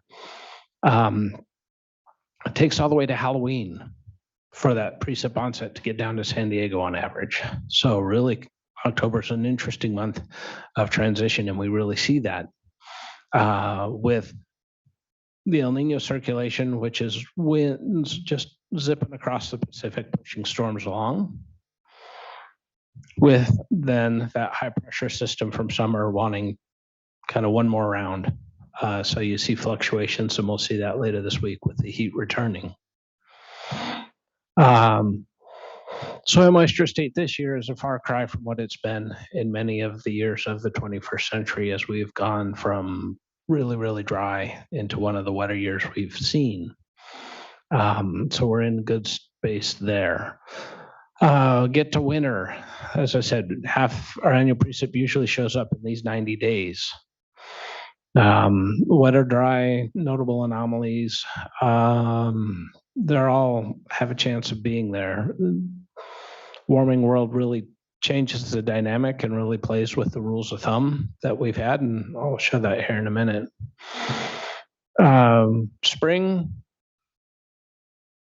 late season bailout, early shutoff, again, really depends on how the warm-up happens. And as that warm-up happens, that's when the precip shuts down. Also coincides with that landscape drying out and the ephemeral streams drying out. It also impacts that timing and magnitude of the peak snowpack. And there on through summer, how quickly things dry out, adding in tropical activity now as a new feature that we will probably experience episodically for a while. So just have to keep an eye on it. And then what everybody wants to know, you get through one year, by the time you get to April 1, everybody wants to know, what about the next year? Because that helps in planning. A lot of work to be done there. And then as we've seen with this past decade, it was really different from history. And the expectation is each decade going forward is going to offer more of that. So working with the research community to try and understand any way we can characterize that to help set expectations really would be handy. Let's go on to the next slide. And so here we are. Our last El Nino event was in water year 2019. Really interesting water year. We had coastal flooding, near record flooding in the Russian River, flooding on Cache Creek, and one of the larger snowpacks in the Sierra Nevada. Actually, the first time the Northern Sierra had over 20 inches of rain in February and no flooding. In part because of the polar jet, which normally traps the air in the Arctic, completely fell apart that year.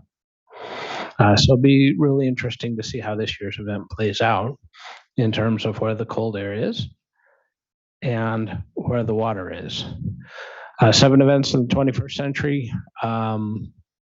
Really interesting breakdown. 2 dry, 2 wet, and 3 near average. So could be wet or dry, yes. The interesting thing is if you average those events, the average comes out wetter than the period of record average, indicating that the dries aren't quite as dry as our La Nina or neutral years, but those wet years can really be wet. Right now, seasonal forecast suggests that El Nino event peaks right around the end of the calendar year. That's right around the peak of our stormy season. And what we're finding out now are the subseasonal climate influences are growing in importance. There's enough energy that we really have to learn more about them and how they interact.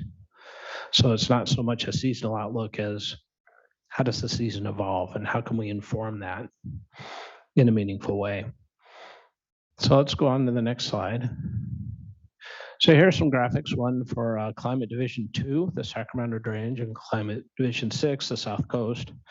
So our main water production region and the surface water, and then our main population center. And what you see on the x-axis is the Nino 3.4 anomaly. So this is a part of the Pacific where NOAA defines an El Nino event. And on the y-axis is precipitation. And you see there's no easy way to predict. El Nino by itself does not predict our water year outcomes. But as I do see, if you look at the red dots, which are the El Nino dots, they don't go down as dry as the others, but they can be just as wet. And you see with the little squares on the very right edge, the red square, which is the average, is higher than the other averages. And that's what leads to the perception that El Nino means wet. So these were just updated by Western Region Climate Center, and they have them for every climate division in the United States. So really nice resource if you're looking to see if there's any new insights associated with that. Excuse me. Next slide. All right, our official outlooks from our NOAA Climate Prediction Center are really consistent with an El Nino. These are maps for December, January, February. We really see the northern tier of the United States being warmer than average during El Nino events, and expectations are for that to continue. For California, what it means is when we go dry, it'll be warmer and drier. Very consistent with what we've seen in recent years. That means there's a more active drying of the landscape than there used to be. We no longer assume that it's the wet season. It's cool and we worry about accumulation. Really a much more dynamic state. Expectations are, again, no real insights for Northern California, maybe a little wetter for Southern California. Again, leading to that jet stream just being pushed a little further south than it normally is during El Nino events. Next slide. Okay, so right back at there, just to finish up, what am I looking at? Well, right now we really are looking at a seasonal climatological pre-upon set, which is pretty exciting to actually have a normal year to start out with. The anomalies probably be shorter, not quite as extreme as maybe the past couple of years, which would be nice.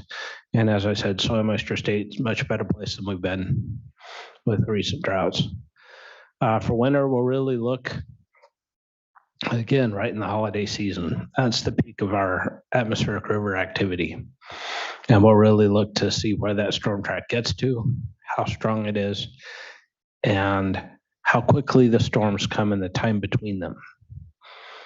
Really, the water management time comes in the time between the storms. Flood management happens during the storms.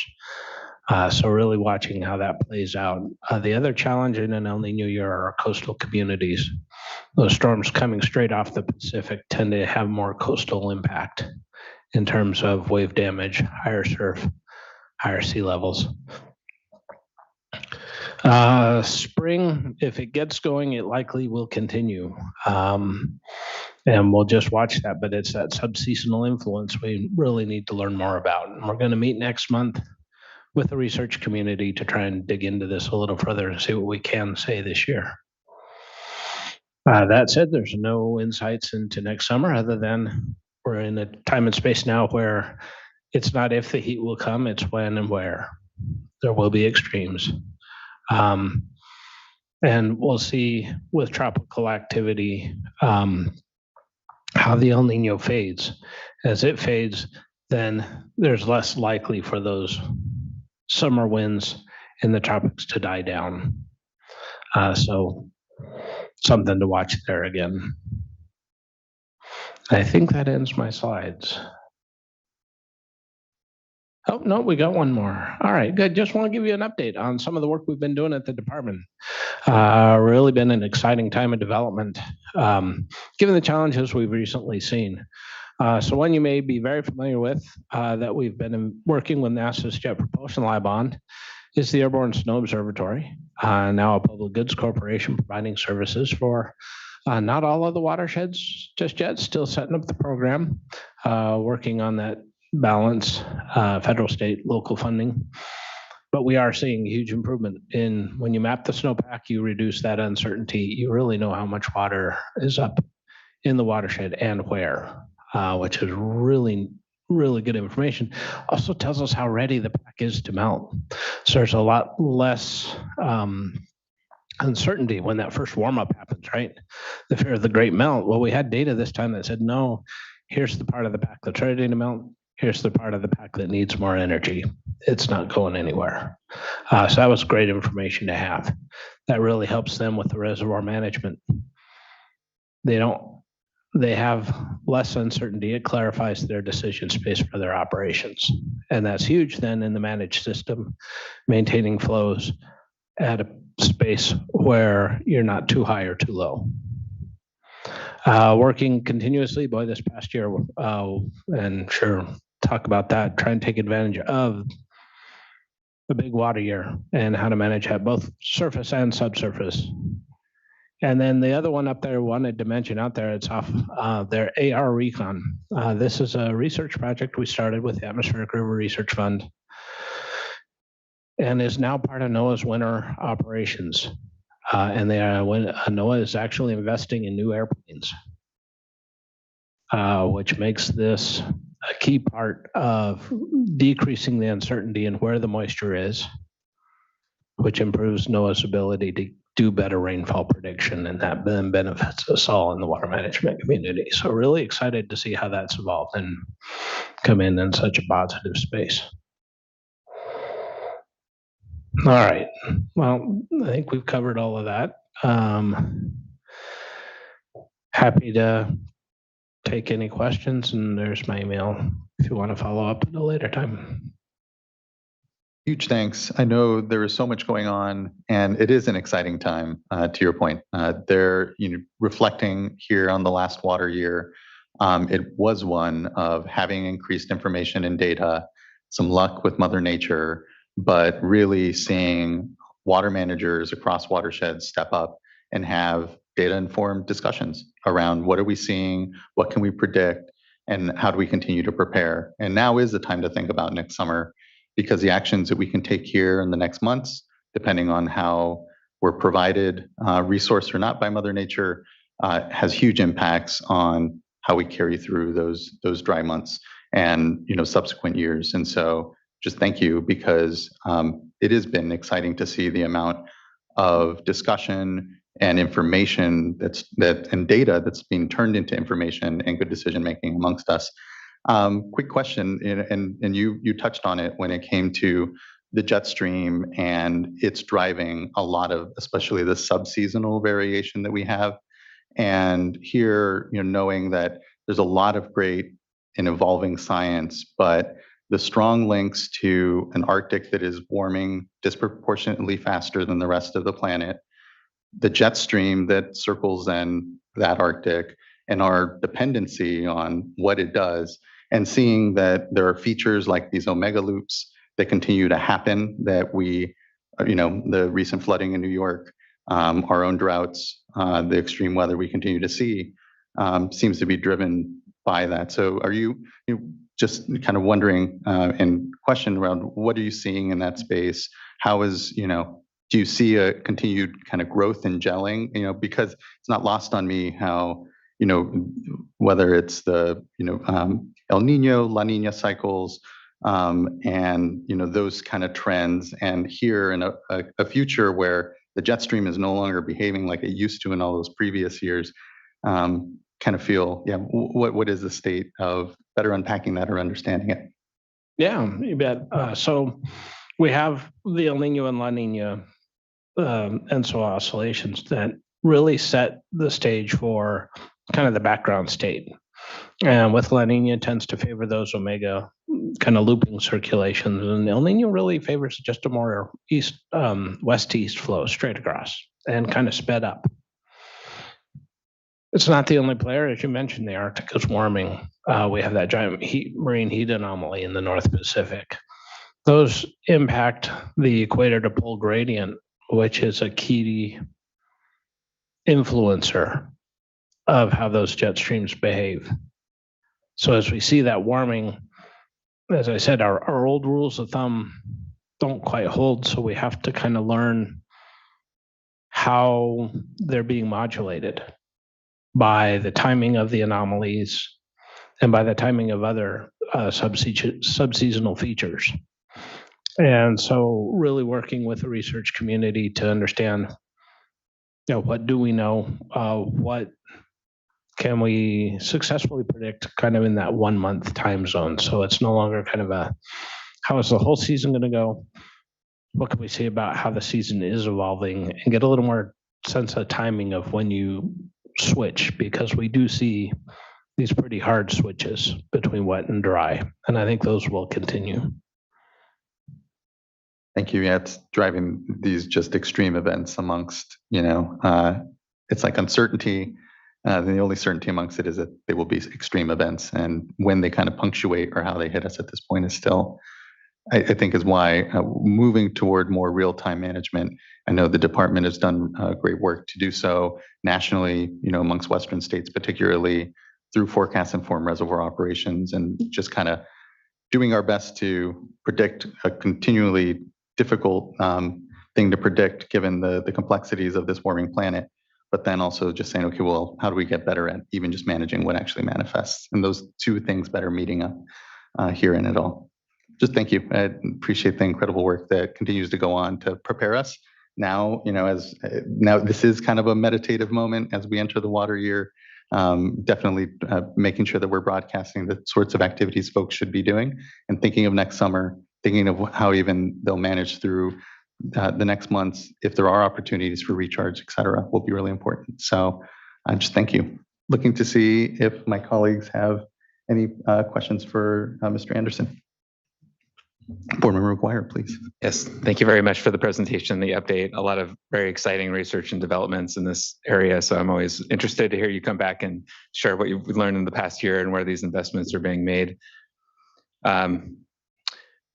So I am kind of a drumbeat when it comes to just the assumption that we always have to assume, because of all these uncertainties and all these changes that we're seeing, that the next year is going to be dry. Even if here, the indications are it could be wetter than average, which is great. I hope that happens, but I'm always trying to be prepared for the opposite.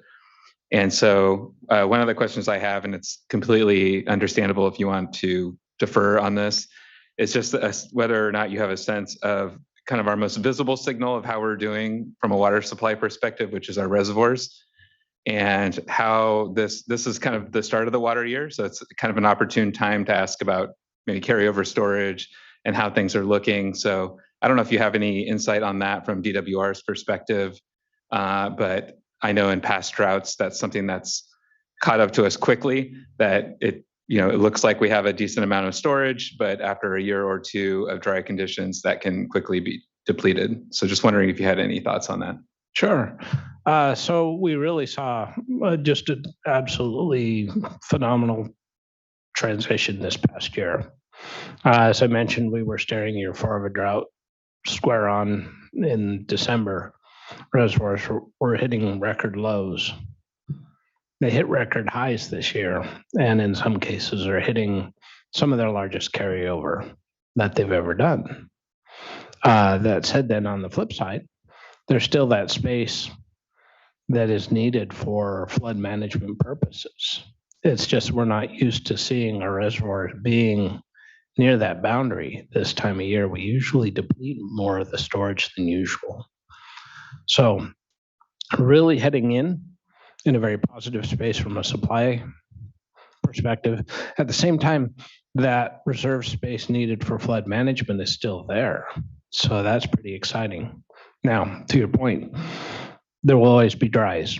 even amidst the wet years. We saw that this past year where we took a month off after winter in 3 weeks, and certainly the first 3 months. So understanding that more dynamic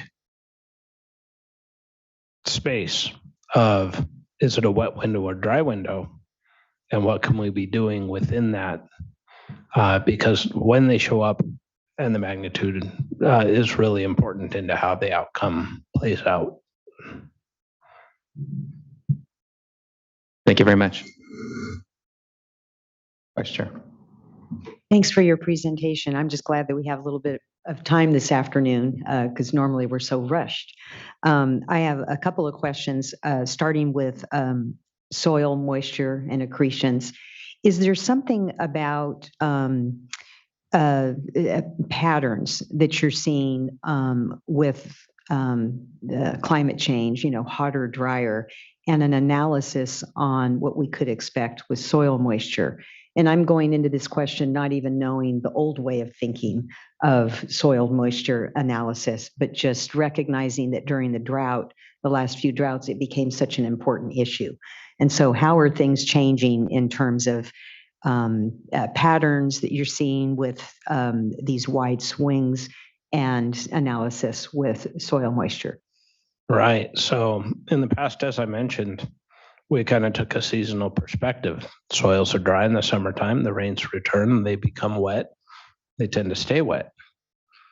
Now we're seeing that when those dry periods hit, we start seeing the soils dry out, in part because some of the vegetation that used to go into senescence or go to sleep during the wintertime is no longer the case. It's still active. They're transpiring and using up water in that soil surface. So a much more dynamic state. So a couple ways to respond to that. One is to try and get a better sense of what's going on with some direct monitoring. We're working through the permitting process now with the Forest Service to upgrade our weather stations with some soil moisture. Challenge with soil moisture is that you have to disturb the landscape. So there are additional permitting requirements needed to get through that. We'll work to get through it, and we have a great team ready to get the equipment installed. Now, in the meantime, that's not the only thing, because that gives you information at a point, and we're really finding getting a landscape picture is important. So we've been working actually with some other resource agency departments, including CAL FIRE and Fish and Wildlife, working with a group that used to be with the USGS and is now with a part of the Microsoft Azure Services group called Earth Knowledge. And it's a model called the Basin Characterization Model. And it's a model that actually simulates that soil state in cells that gives us statewide coverage. And so we're looking right now, it does monthly updates. We're working with USGS and research to see if they can make the model a daily model, give us that little more dynamic state. But we're working with those other agencies to see how you can use that information from the model in describing how wet or dry the soils are, how that's influencing the vegetation, certainly impacting fire risk for CAL FIRE, impacting wildlife, of patterns for fish and wildlife, and for water, understanding how ready the watershed is for runoff. So still work in development, kind of experimenting with this new platform for information delivery. We'll just kind of follow and see how it evolves and develops. But again, an area where we used to not pay as much attention to it and finding out, it's really important to have as much information as you can. That's helpful. Thank you. And then the next question has to do with the Southern Sierra and the higher amount of precip that we saw there. Is that unique within a unique year, or do you expect, I just think back to, I think it was the prior year, and how even with, well, I'm not even remembering my year types anymore, but just that the precip was missing certain parts of the northern part of the state.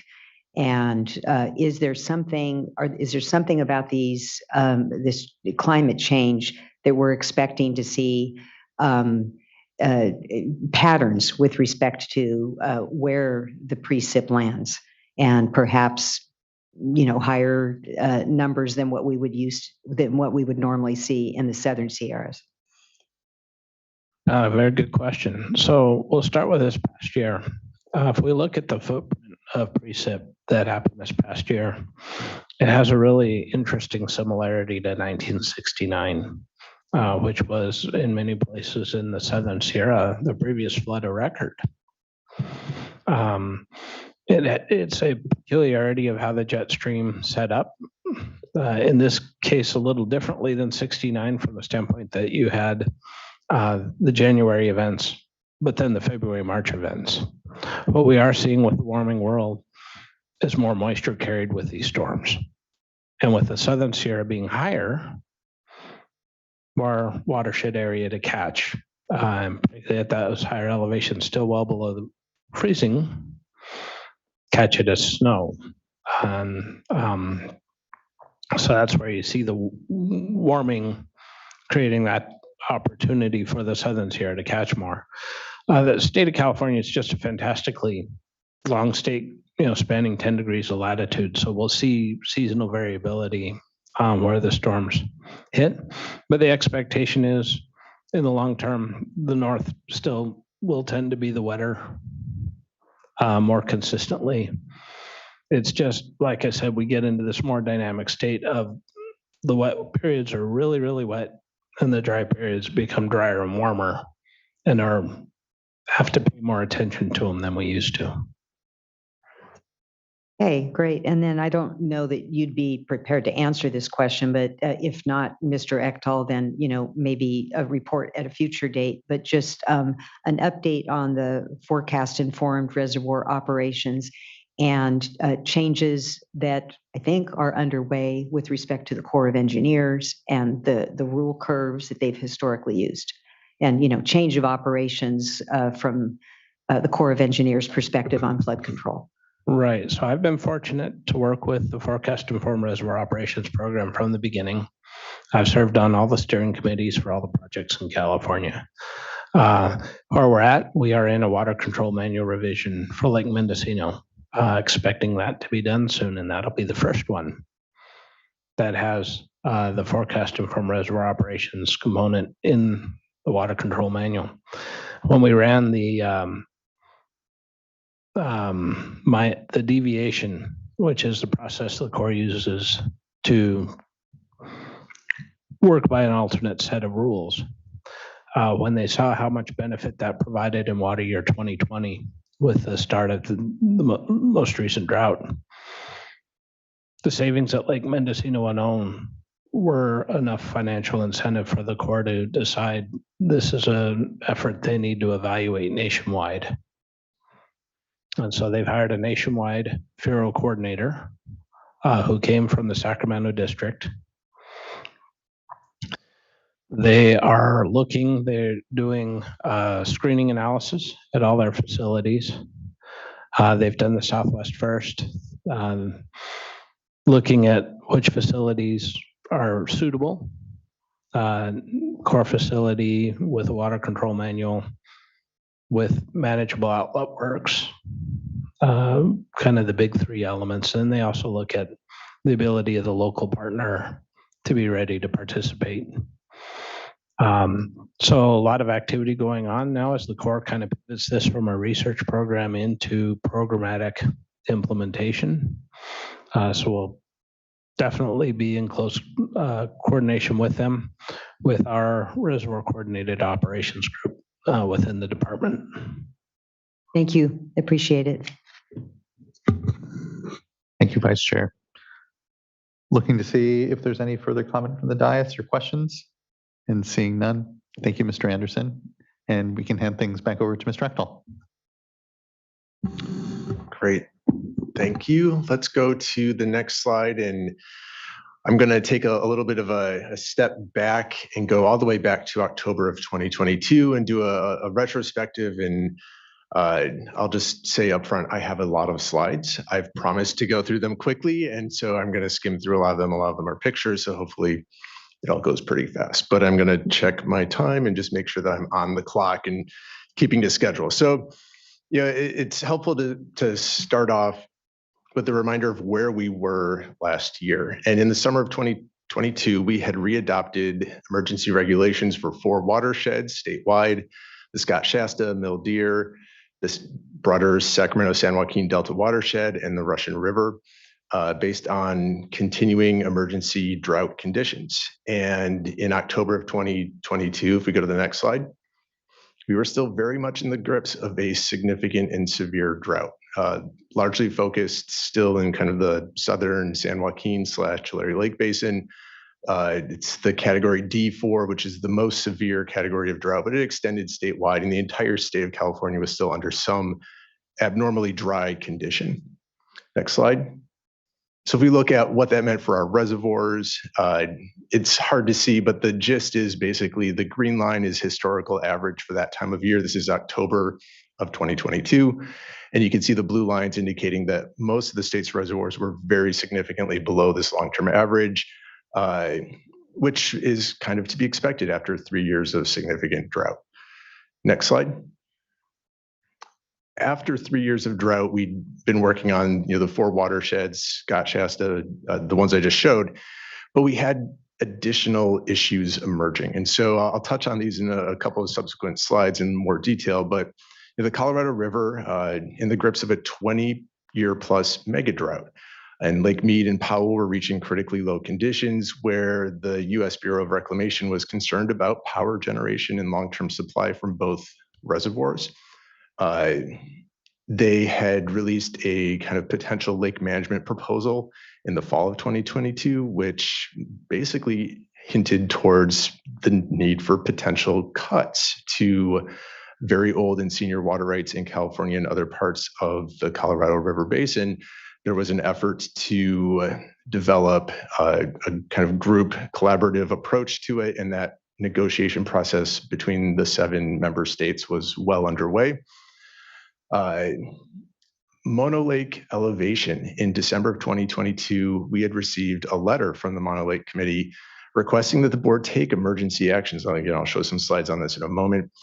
And then Clear Lake Hitch in December of 2022, we were part of a broad Clear Lake Hitch summit where there were a number of tribes, Department of Water Resources, Fish and Wildlife Service, U.S. Fish and Wildlife Service, California Department of Fish and Wildlife, Fish and Game Commission. So it was a multi-agency commission where the tribes and others basically requested emergency actions to help preserve this native and endemic species.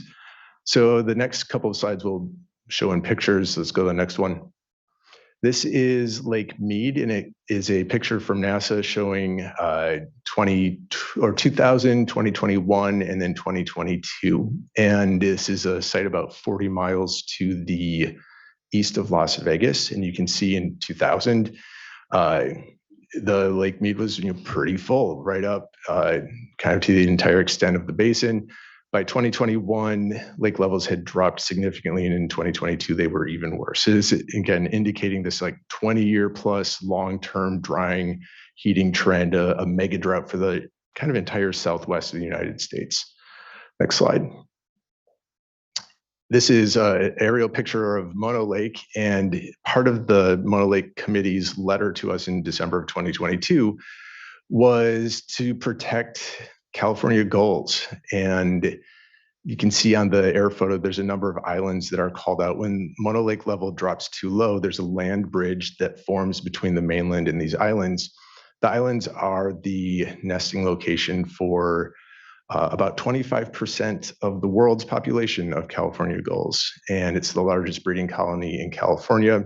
They also, I think, use the Great Salt Lake, which at the time was also experiencing its own very significant drought and lake level issues.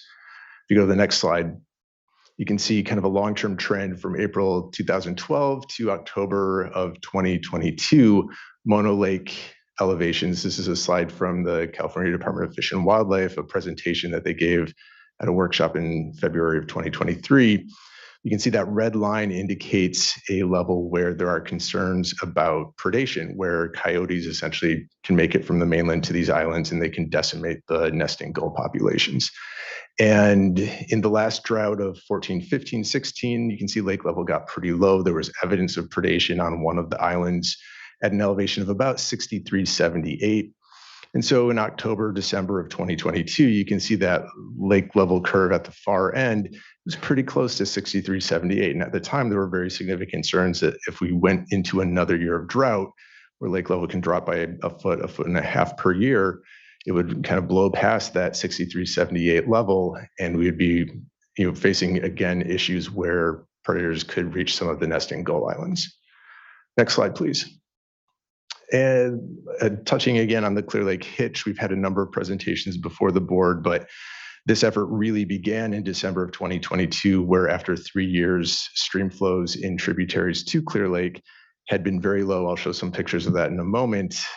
This is a picture of the Clear Lake Hitch taken this year. It's an endemic minnow species, technically, even though it's much larger than what we typically perceive of as a minnow.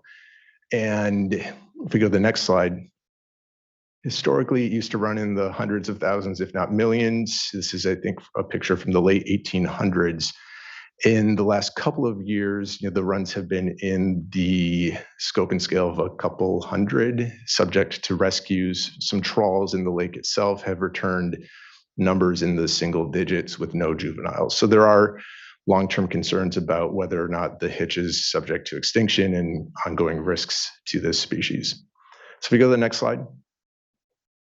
That's kind of a prelude, up to December, still very much drought. But then, as we've just heard, between about the end of December and January 22nd or so, a series of 9 atmospheric rivers hit California. February was a little bit more quiet, but then there were an additional series of storms in late February into March and April.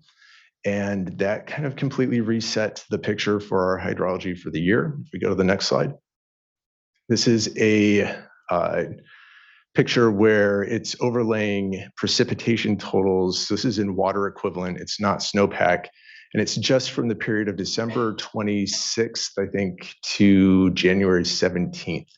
And you can see precipitation totals of 47 inches, 30 inches, in some places well into the teens. A lot of these places were you can see some of the numbers say 23-day record, 23-day record. So in 3 weeks, Stockton got almost 11 inches of rain.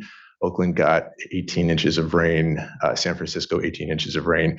These are record amounts for this short kind of duration. And it covered much of the state of California. If we go to the next slide. This is just a nice picture showing that robust snowpack that emerged after the end of that series of 9 atmospheric rivers. This is January 22nd. We go to the next slide. I pulled a lot of figures from a site called Weather West. It's run by Dan Swain, who's a researcher out of UCLA, and he does a weather kind of pop weather blog, if there's such a thing. It's a fantastic read. It includes a lot of great pictures, so highly recommend people check it out. I love to steal figures from it and have blatantly done so here. This is one of his figures that shows county precipitation rank out of 128 years. And so the dark green that you see is the wettest on record, so the wettest in 128 years. The takeaway is that Central California received the brunt of this anomalous weather year. It was a much better weather year across the entire state for sure than the previous 3 years, but as Mr. Anderson just referenced, the state's a pretty huge state, and we don't necessarily see that entire statistical anomaly across all of California. So if you look to far northern California, in particularly highlighting Siskiyou County, there's much more in the near normal kind of range. Still above average if we look at certain gauges, but not nearly this record-setting water year that we saw in other parts of California. Next slide, please. It wasn't only wet, it was cold. And so this is a map of mean daily temperature anomaly. And again, the takeaway, the dark blue is the coldest on record. This is just looking at June through July of this year. So it's a month snapshot, doesn't record the entire year or reflect the entire year.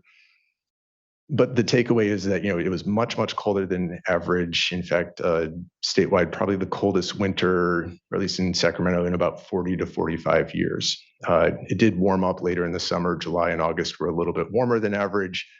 But, this cool spring and May and April were broadly similar to the map that you see here, really helped that snowpack.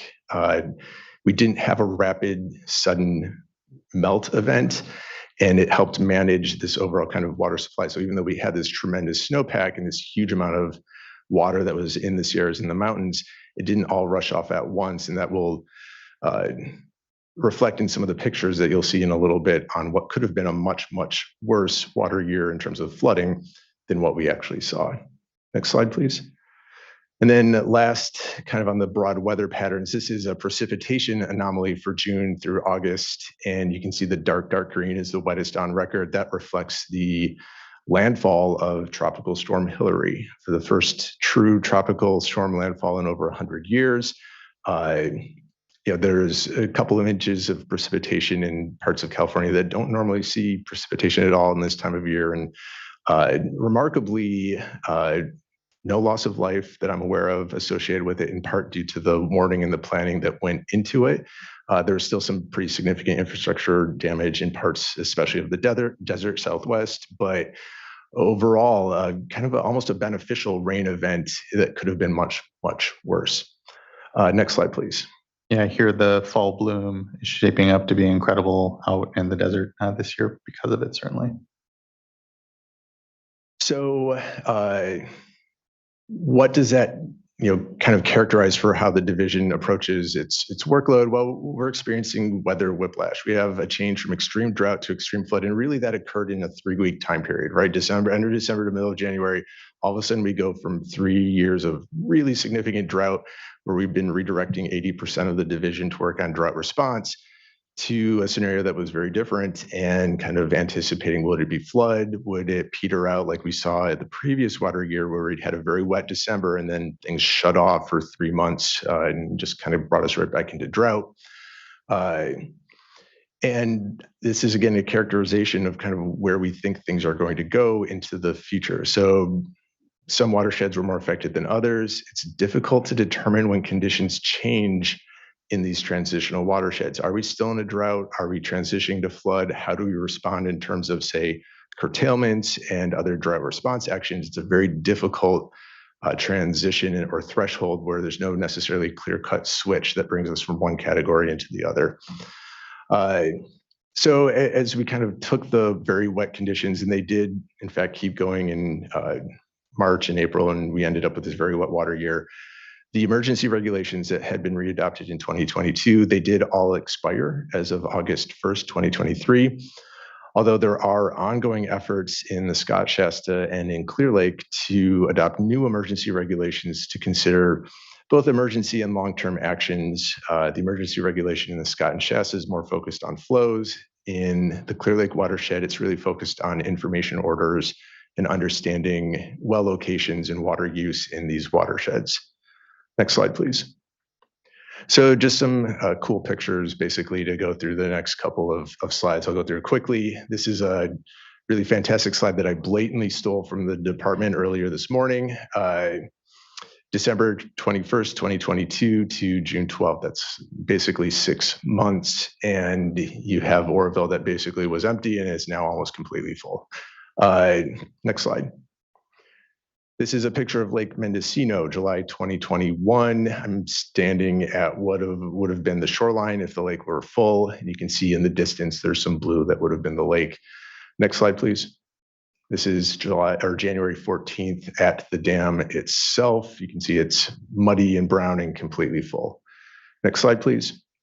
This is the Tulare Lake Basin, September 22nd. You can see that ribbon that goes through is a canal that's moving water. If you go to the next slide, you can kind of again see some trees in a squiggly line. I think that is actually the Kings River. And if you go to the next slide, you see the reemergence of Tulare Lake. So this region is, it's not a terminal lake basin, but it's a nearly terminal lake basin where it does overspill into the San Joaquin when things get very, very full. Historically used to be the largest freshwater lake and ecosystem west of the Mississippi. And when we have very wet years, it does reemerge. And so you can see this large lake that formed here. Next slide, please. There's another picture. I believe that sign says Allensworth 2 miles. And the concern at the time, if we remember back, it wasn't that long ago, there was concerns that the flood would have been much worse, but that very cool spring really prevented a flash runoff event. We didn't have a rain on snow event that led to some of the catastrophic flooding that we saw maybe in 1997 related to the previous El Nino conditions. Next slide, please. I was like showing this picture from 1862, inundation of the state capitol. There's a USGS work. They refer to an event called the Arc Storm, where in 1861-62, we had, I believe it was 1861-62, it could have been 62-63, we had 36 straight days of rain. The entire Central Valley filled with water, and it took over a year, I believe, for it to drain. And so, this could have very well been a picture of Sacramento this year had it not been for the immense amount of infrastructure that has been built over the last 100 years. Shasta Dam, Oroville, Folsom Reservoir, all of these things make living in Sacramento and much of the Central Valley possible at all. It did hold back these floodwaters, and we had the capacity this year to actually absorb it. Next slide, please. One of the things that we're doing and focusing on in these wet years when we have them is groundwater recharge.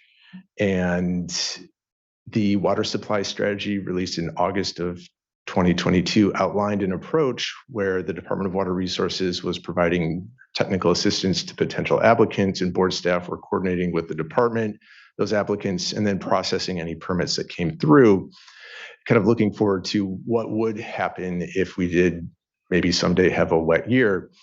And very quickly, we got to put the water supply strategy into practice.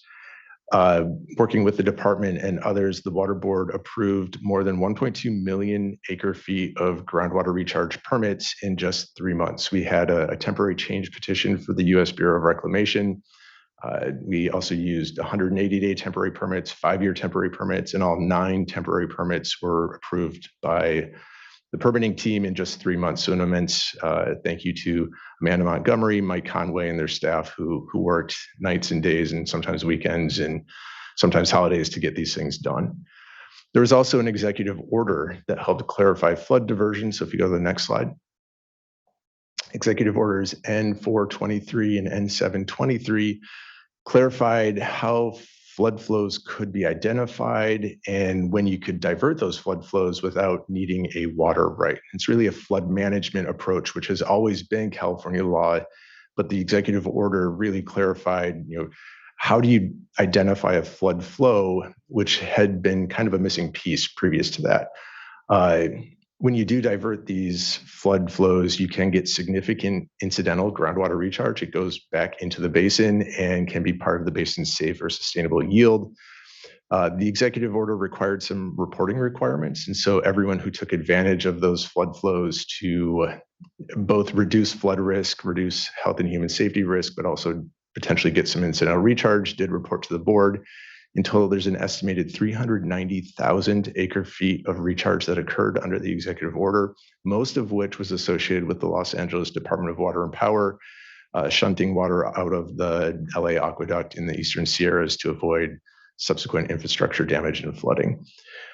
We do have maps available on the board website, and all these reports are available on our website too if people want to go look at where this occurred.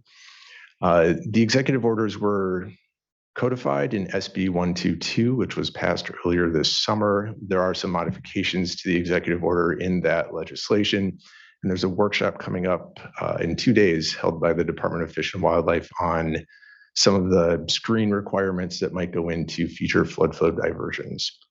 Next slide, please. So a couple more pictures. Adobe Creek, this was one of the Clear Lake tributaries. This is March 2022. So one of the really dry years, you can see that's just completely gravel. There's no water in there at all.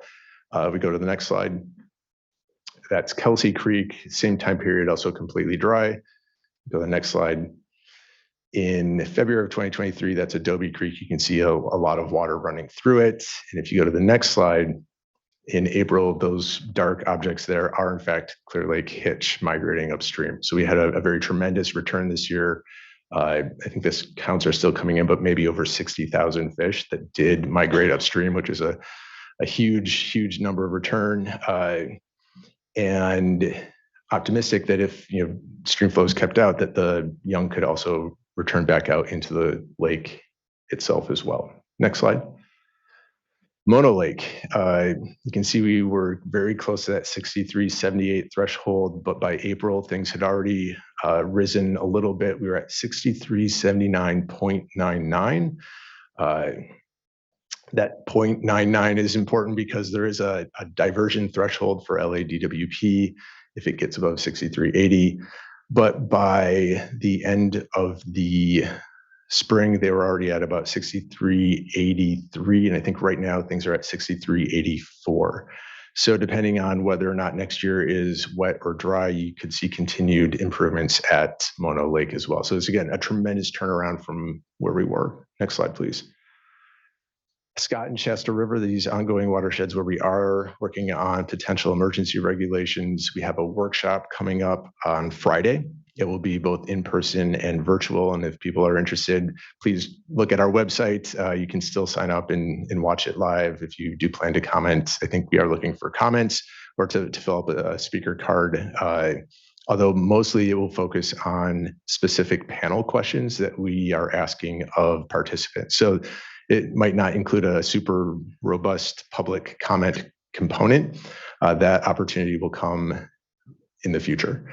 Scott flows as of yesterday were about 50 CFS at the Fort Jones gauge. You can see this is over the last year where we did have very significant spikes in stream flow. Next slide, please. And in the Shasta, we were at about 67 CFS as of yesterday. And you can see also, again, those significant spikes in stream flow related to the pretty significant precipitation events. Next slide, please. I did have a few more slides on enforcement. I'm looking at my clock. So far, I had 20 minutes. It's not too bad. I have slides for our kind of overall water rights enforcement, but then also cannabis enforcement. So the general enforcement team has been really prioritizing the watersheds with curtailments in place. So we have been focusing on the Sacramento, San Joaquin, Russian River, Scott Shasta, and the workload there includes curtailment inspections, where we do go out and take a look at diverters that have received curtailment orders, and followed up with folks that had reporting requirements that maybe hadn't complied. And in the Sacramento, San Joaquin, over this just most recent water year, we had 104 notices of violations. An NOV or notice of violation, it sounds very scary, but in reality, what it is, it's a warning letter. And it says, hey, we've noticed an issue and you have an opportunity to come back into compliance without any further incident, fine, or penalty. And what we've seen overwhelmingly is when we did send out the NOVs, people do come back into compliance. And so the 104 there in the Sacramento, San Joaquin were largely based around reporting issues. There were some enhanced reporting requirements as part of the curtailments. Most people came back into compliance. There were 2 penalties amounting to about $1,500 and were subsequently resolved.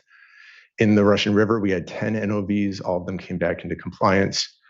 In the Scott Shasta, a bit more robust enforcement effort. We had 4 NOVs, 43 failure to file issues where there was lack of kind of water right diversion reporting, and 6 information orders. Out of that, we had 2 final cease and desist orders and 5 final administrative civil liability penalties for drought and curtailment violations.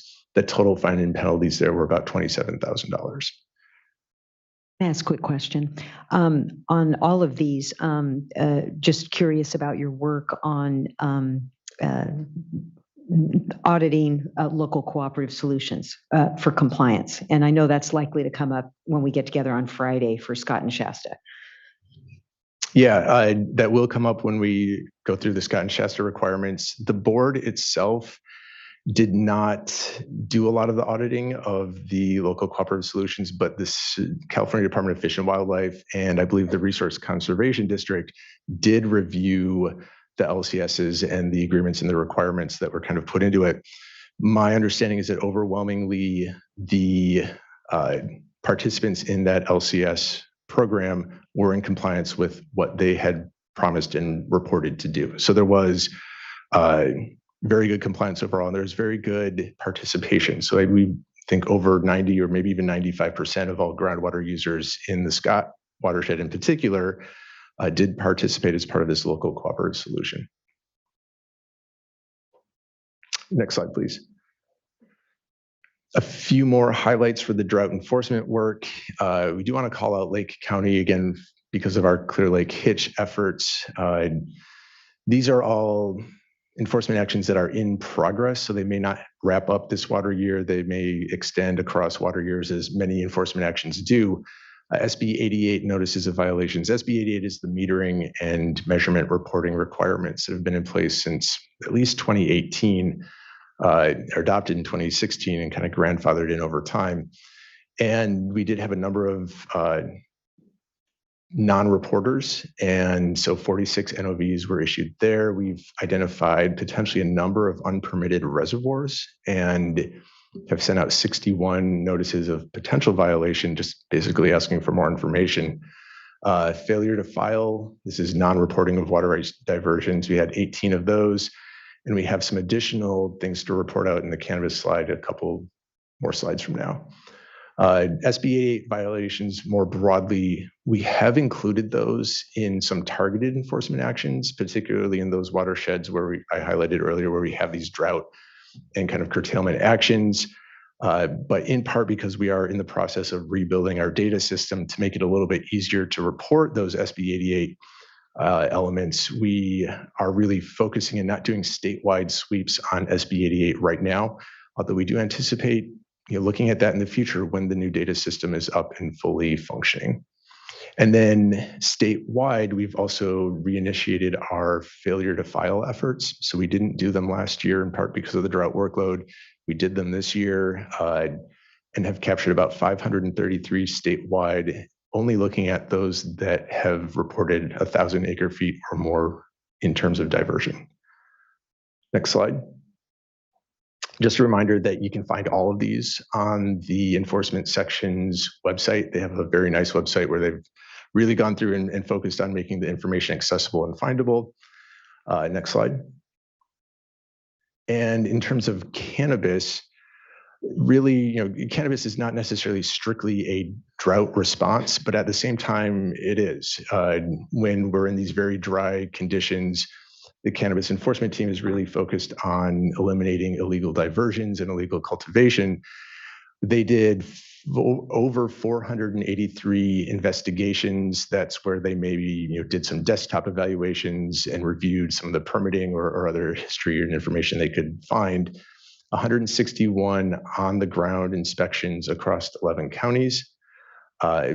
Have sent out 405 notices of violation, including 227 for enrollment enforcement in Lake County just this last Friday.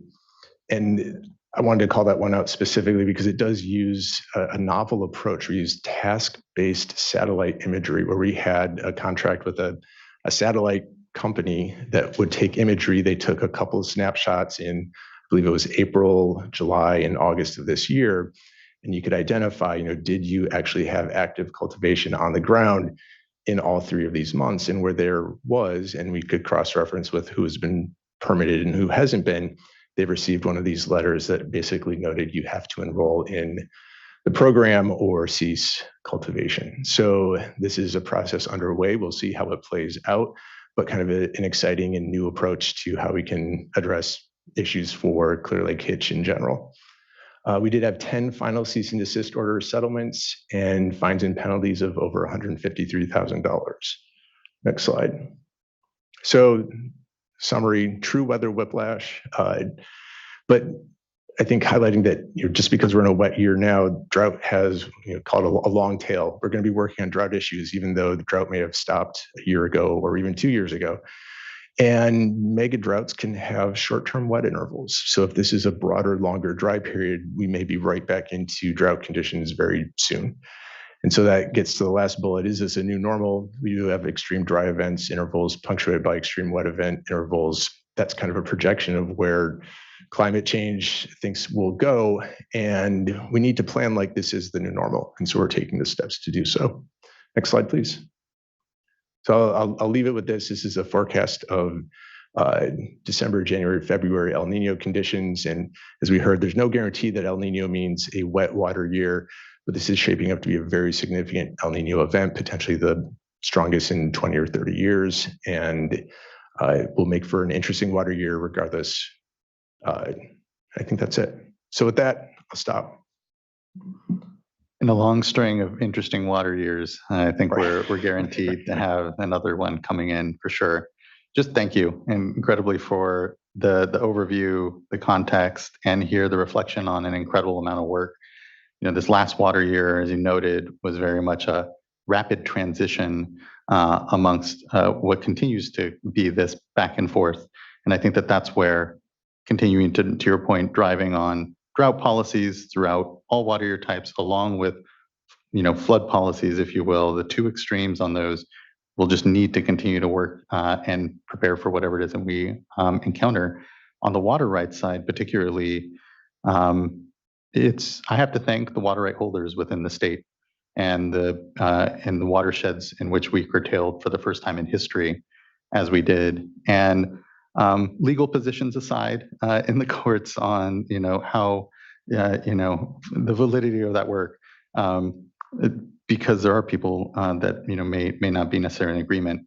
What I did see, and I think there's broad agreement, is just how much cooperation there was in all of the work, whether it's the Russian River watershed, whether it's the Bay Delta, Scott Shasta, the whole list.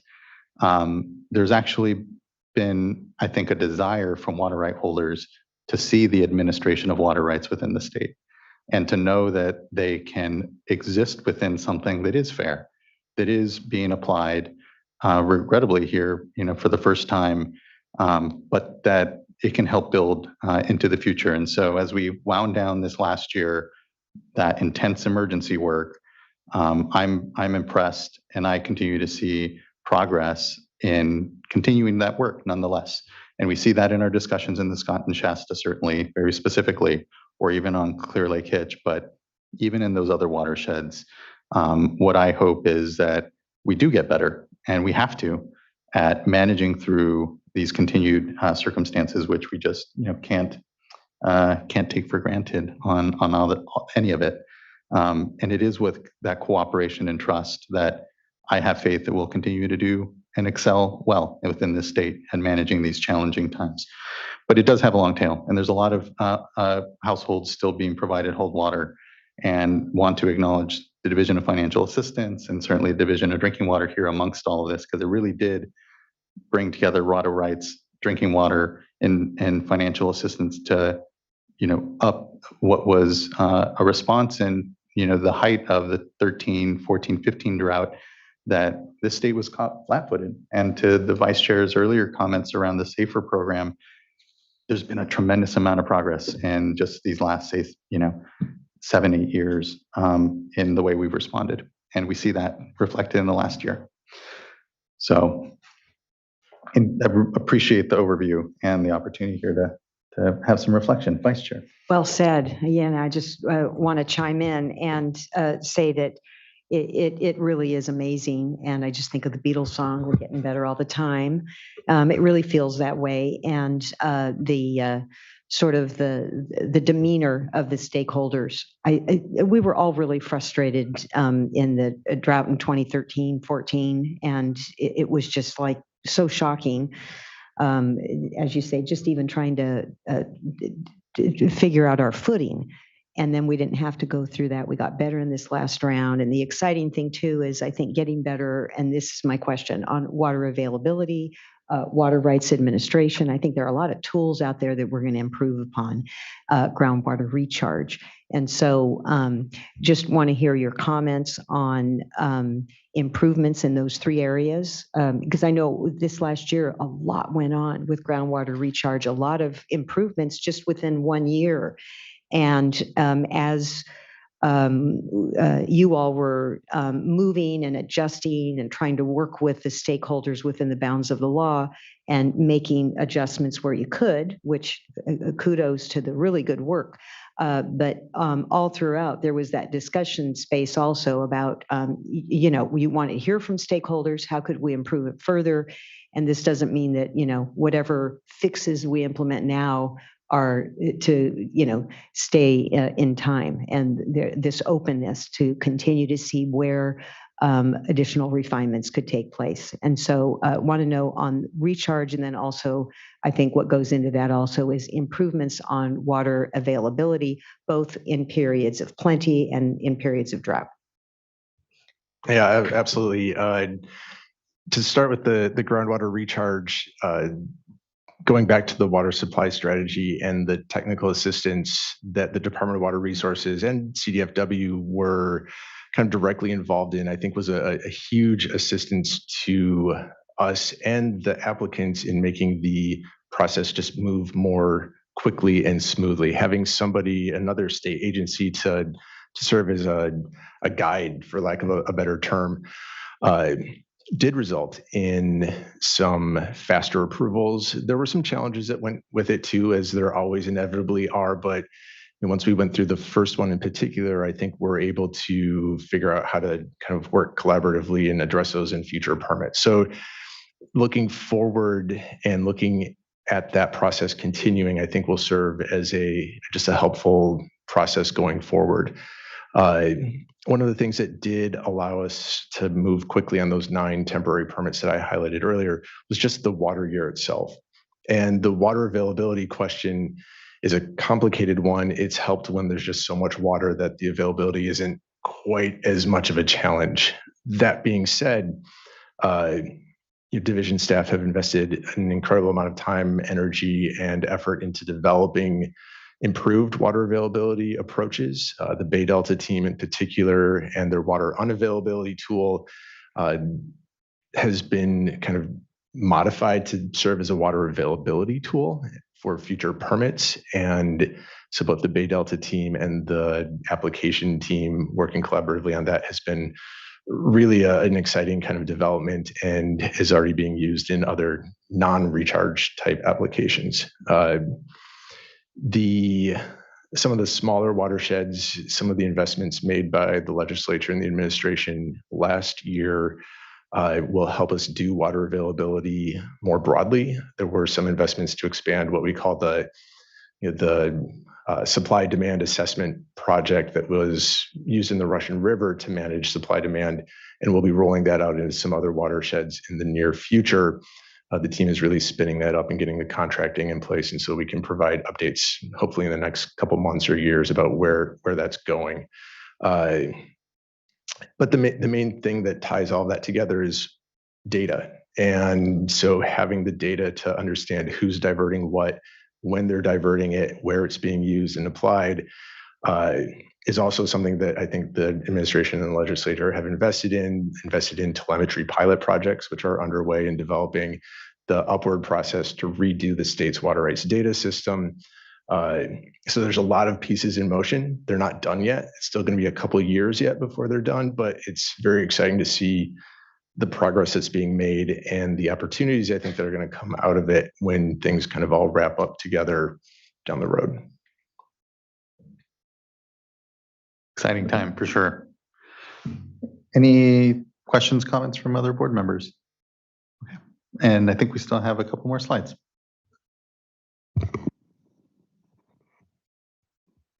I believe next up is Mr. Zuniga for drinking water. Thank you. Good afternoon, Chair SWRCB and board members. My name is Eric Zuniga. I am the Drought Response Program Manager for the Division of Drinking Water.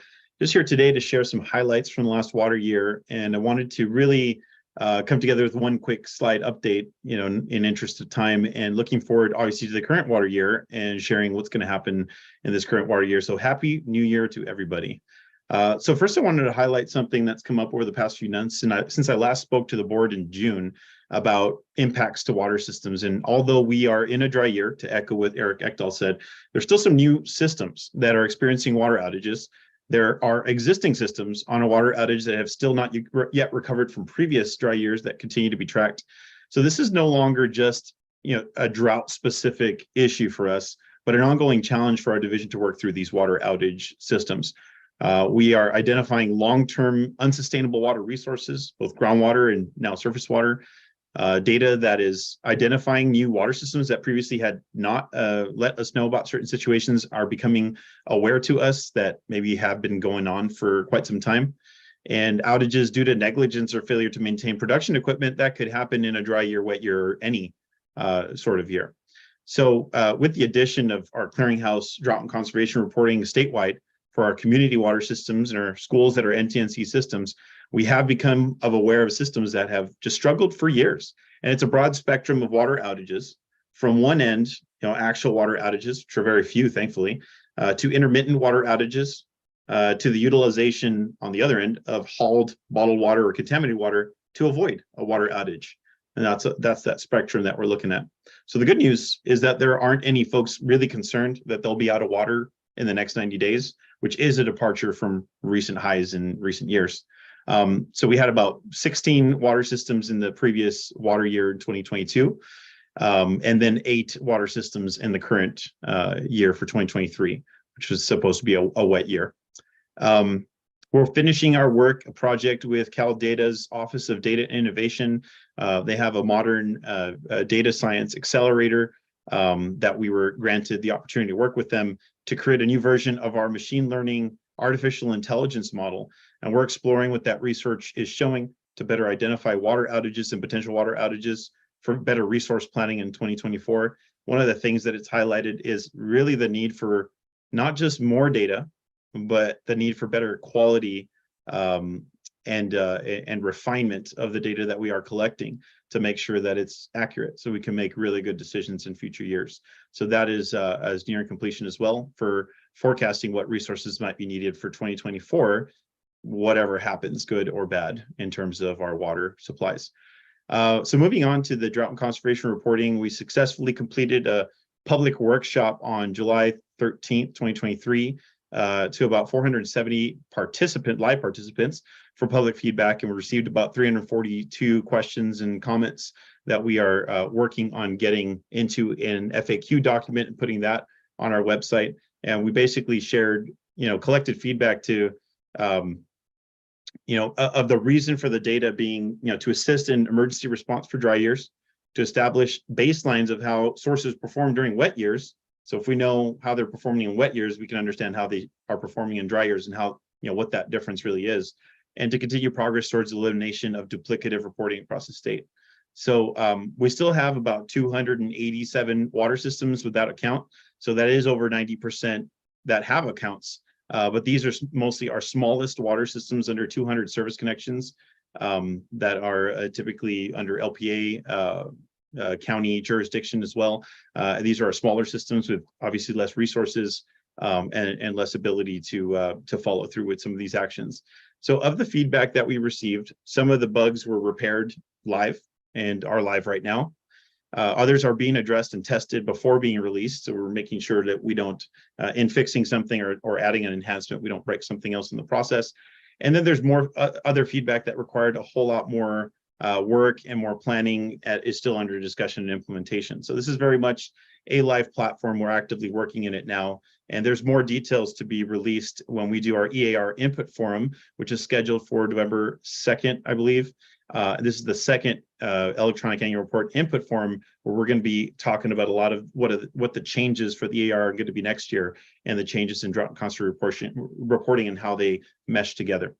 And the last bullet I have here is really the focus as we've been nearing 12 months of complete data in the clearinghouse is starting to share some of this data both internally to ORPP and other folks that are starting to look at this data to other state agencies that are interested in this data and have been receiving some of this data maybe in the EAR before, to improve the data quality and have error checking of the data we've received.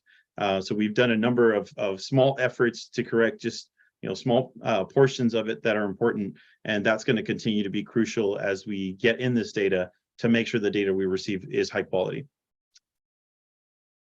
And that's all I have. Thank you, Mr. Zuniga. I know it's been an incredible year for the Division of Drinking Water here as well. We again, bringing ourselves back a year ago, we're very much concerned around these continued vulnerabilities of the many, thousands of water systems within the state, but particularly those even in Southern California that we're seeing these pressures on the Colorado, pressures certainly from the Bay Delta and other imported sources, or even mono for that reason, or for that matter, amongst it. And knowing that the mode was, how do we continue to prepare? How do we continue to have the information so as to be able to get to systems before the outage happens and ensure that we're working with the Department of Water Resources and our partners. So just thank you, because I know it did quickly switch here where we were needing to quickly get our drought and conservation reporting into a better space so that it could be more usable data. And then now, have less of that pressure of the immediate drought as we go to make sure that we've done that data work well, because that is the common theme here for sure through the water rights, Division of Drinking Water, and even DFA work is the data information to be able to respond and be able to do well amongst it. So just thanks. I know that it's a lot to try our best to pivot amongst all that. And here, less even a pivot, because as we know, just a matter of time before we're back into those drought conditions. So the work on the data systems, the work with the agencies is really appreciated, and appreciate those agencies that continue to work with us to refine and make sure that we got just right all of that data reporting work that we're looking to do. So thank you very much for that, and look to Board Member McGuire for comment. Yeah, I thank you. I mean, this is good. There's a lot to take in, and some that I'll want to follow up with you on later, Mr. Zuniga, but I just wanted to emphasize that there's a data collection element to this, but there's also an empowerment of the water systems themselves to take meaningful action. So it does make me think about SB 552 and the drought planning elements of that, where we're asking, the legislature is asking small water systems to actually come up with water shortage plans to address their issues and look at building in resiliency measures. So it's having a second supply source, adding backup generators, common sense things, which, believe it or not, lots of these systems didn't have before, but now are hopefully starting to make some headway on. And I know we're funding some of those types of projects. So I'm just seeing this, just kind of connecting the dots. It's not all about reporting. It's about making real infrastructure investments for a lot of these small systems so that when this drought comes, yes, maybe we can flag it earlier on, but hopefully the problem doesn't happen because they have built in some of these measures. So I think it's a balance of being better informed, trying to avoid surprises, but at the same time, really getting things done on the ground, and that's happening as well. Thanks. Hear, hear. Appreciate that, Board Member. Completely agree, and have to keep focused on that implementation side, not just data gathering for data's sake. And I know I hear it, and folks, it takes time to report into systems. So it's that balance of what best we get, and importantly, the benefit to the system. I appreciate that. Other board members with any questions for Division of Drinking Water? Hearing none, we can go to then Division of Financial Assistance. Good to see you, Mr. Pavlicek. Yeah, you as well. So good afternoon, Chair Esquivel and fellow members of the board. My name is Matt Pavlicek. I'm a senior engineering geologist with the Division of Financial Assistance, and today I'll be providing a brief update on our drought-related funding activities over the past year. Next slide, please. So this slide summarizes our drought funding activity over the last fiscal year. So that will go from July 1st of 2022 through June 30th of this year. We committed funding to 4 urgent repair projects and 10 emergency projects through the Self-Help Enterprises Emergency Fund Program for a combined total of right around $928,000. We developed 3 new regional and countywide programs for a total of just over $10.6 million. And we added $43.8 million to our other existing regional programs throughout the state. Overall, this funding provided interim solutions to 14 communities specifically related to drought, providing assistance to over 8,000 people. And in addition, over the same time period, we funded 35 drought resiliency projects, totaling just over $227 million in funding for 45 communities. Next slide, please. So this is a new slide compared to previous updates. It summarizes the new drought and climate-related funding sources that we have received over the past year. And this includes $55 million in drought contingency funding to further support our hauled water and well repair or replacement programs throughout the state. And then we also received about $14 million in funding from this year's budget to support domestic well users that are directly impacted by flooding. Our other domestic well programs were predominantly focused on dry or failing wells previously. And both of these funding allocations further support our ability to assist households that rely on domestic wells in dealing with the impacts of drought and climate change, helping to ensure that they have a reliable source of clean drinking water. Next slide, please. So this map shows, again, our state board funded existing regional and statewide programs that could assist with drought response for services such as well repair and replacement or bottled and hauled water. And there's just under $72 million still available in these programs, leaving us in a good position to continue to support these funding efforts. Additionally, we have technical assistance that's being provided across the state through a number of technical assistance agreements with various providers. And those agreements can also assist with the drought-related issues from an infrastructure or planning standpoint. Next slide, please. And finally, this slide shows the current number of households that are enrolled in our various regional programs that provide bottled water, hauled water, point of use or point of entry treatment systems, and then also well repair and replacement. And these numbers are as of the end of August of this year. And again, the total number of households that receive these services over the life of the programs is much higher. This is just intended to be kind of a snapshot in time, if you will. And with that, I will conclude my presentation. Incredible thanks here as well. The amount of support that's still ongoing to households, again, really highlights the long tail of these droughts, and knowing that regrettably, there are households I know that went dry in, say, 2014 or 2015 that are, still likely amongst some of those numbers. And so really appreciate the continued focus on this within the boards and the Division of Financial Assistance, and appreciate, importantly, the community partners. Have to just give a huge shout out to, as we acknowledge here, Self-Help Enterprises as being just an incredible partner in this work, and stemming again from emergency situations in the last trend of the drought to here now more mature programs, regrettably because of this incredible need, but glad that we have that partnership and are able to have been responding to households and continue to do so, even amongst what we know is, a complicated landscape of policy and work that is needing to address this issue, not just the emergency tail-end programs that we're here trying to use. Any comments or questions further from fellow board colleagues? The Division of Financial Assistance, or I think our panel generally. I think this brings us to the end of, there may be one more.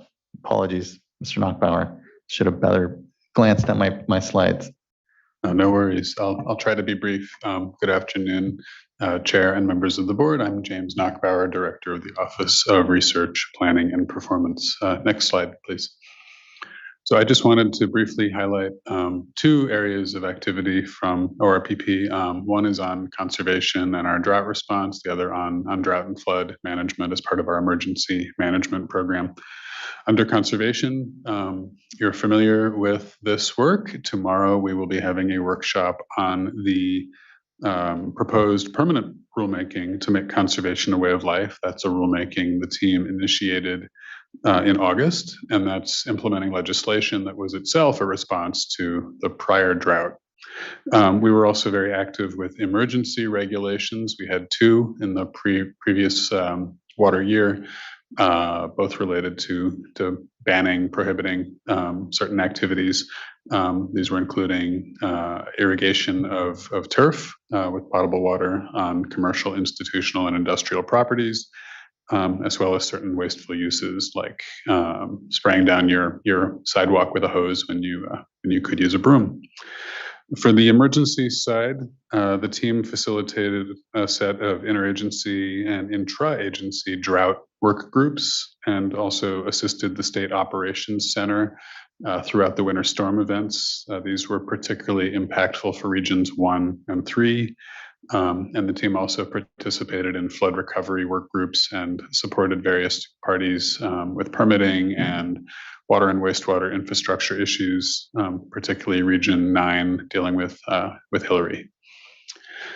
And yeah, just a brief summary there. But critical summary. I mean, especially the emergency management program and team, I just have to acknowledge and give incredible thanks to here all amongst as well, because whether it was the droughts, whether it was flood response, whether it was a hurricane, whether it was an earthquake that kind of kicked off, I think, this year's emergency response season, if you will, early on, our folks have been really just standing up along with the regional boards and just really integrating well with Cal OES, with our partners at the Department of Water Resources and others to play our role, but certainly wrap our arms around these increasing emergencies that require us to, whether it's on the wildfire side or here we know drought, perform at our best and plug in with what is a comprehensive response truly between the federal, state, and local folks that are trying their best to respond to, again, multiple emergencies here at once. So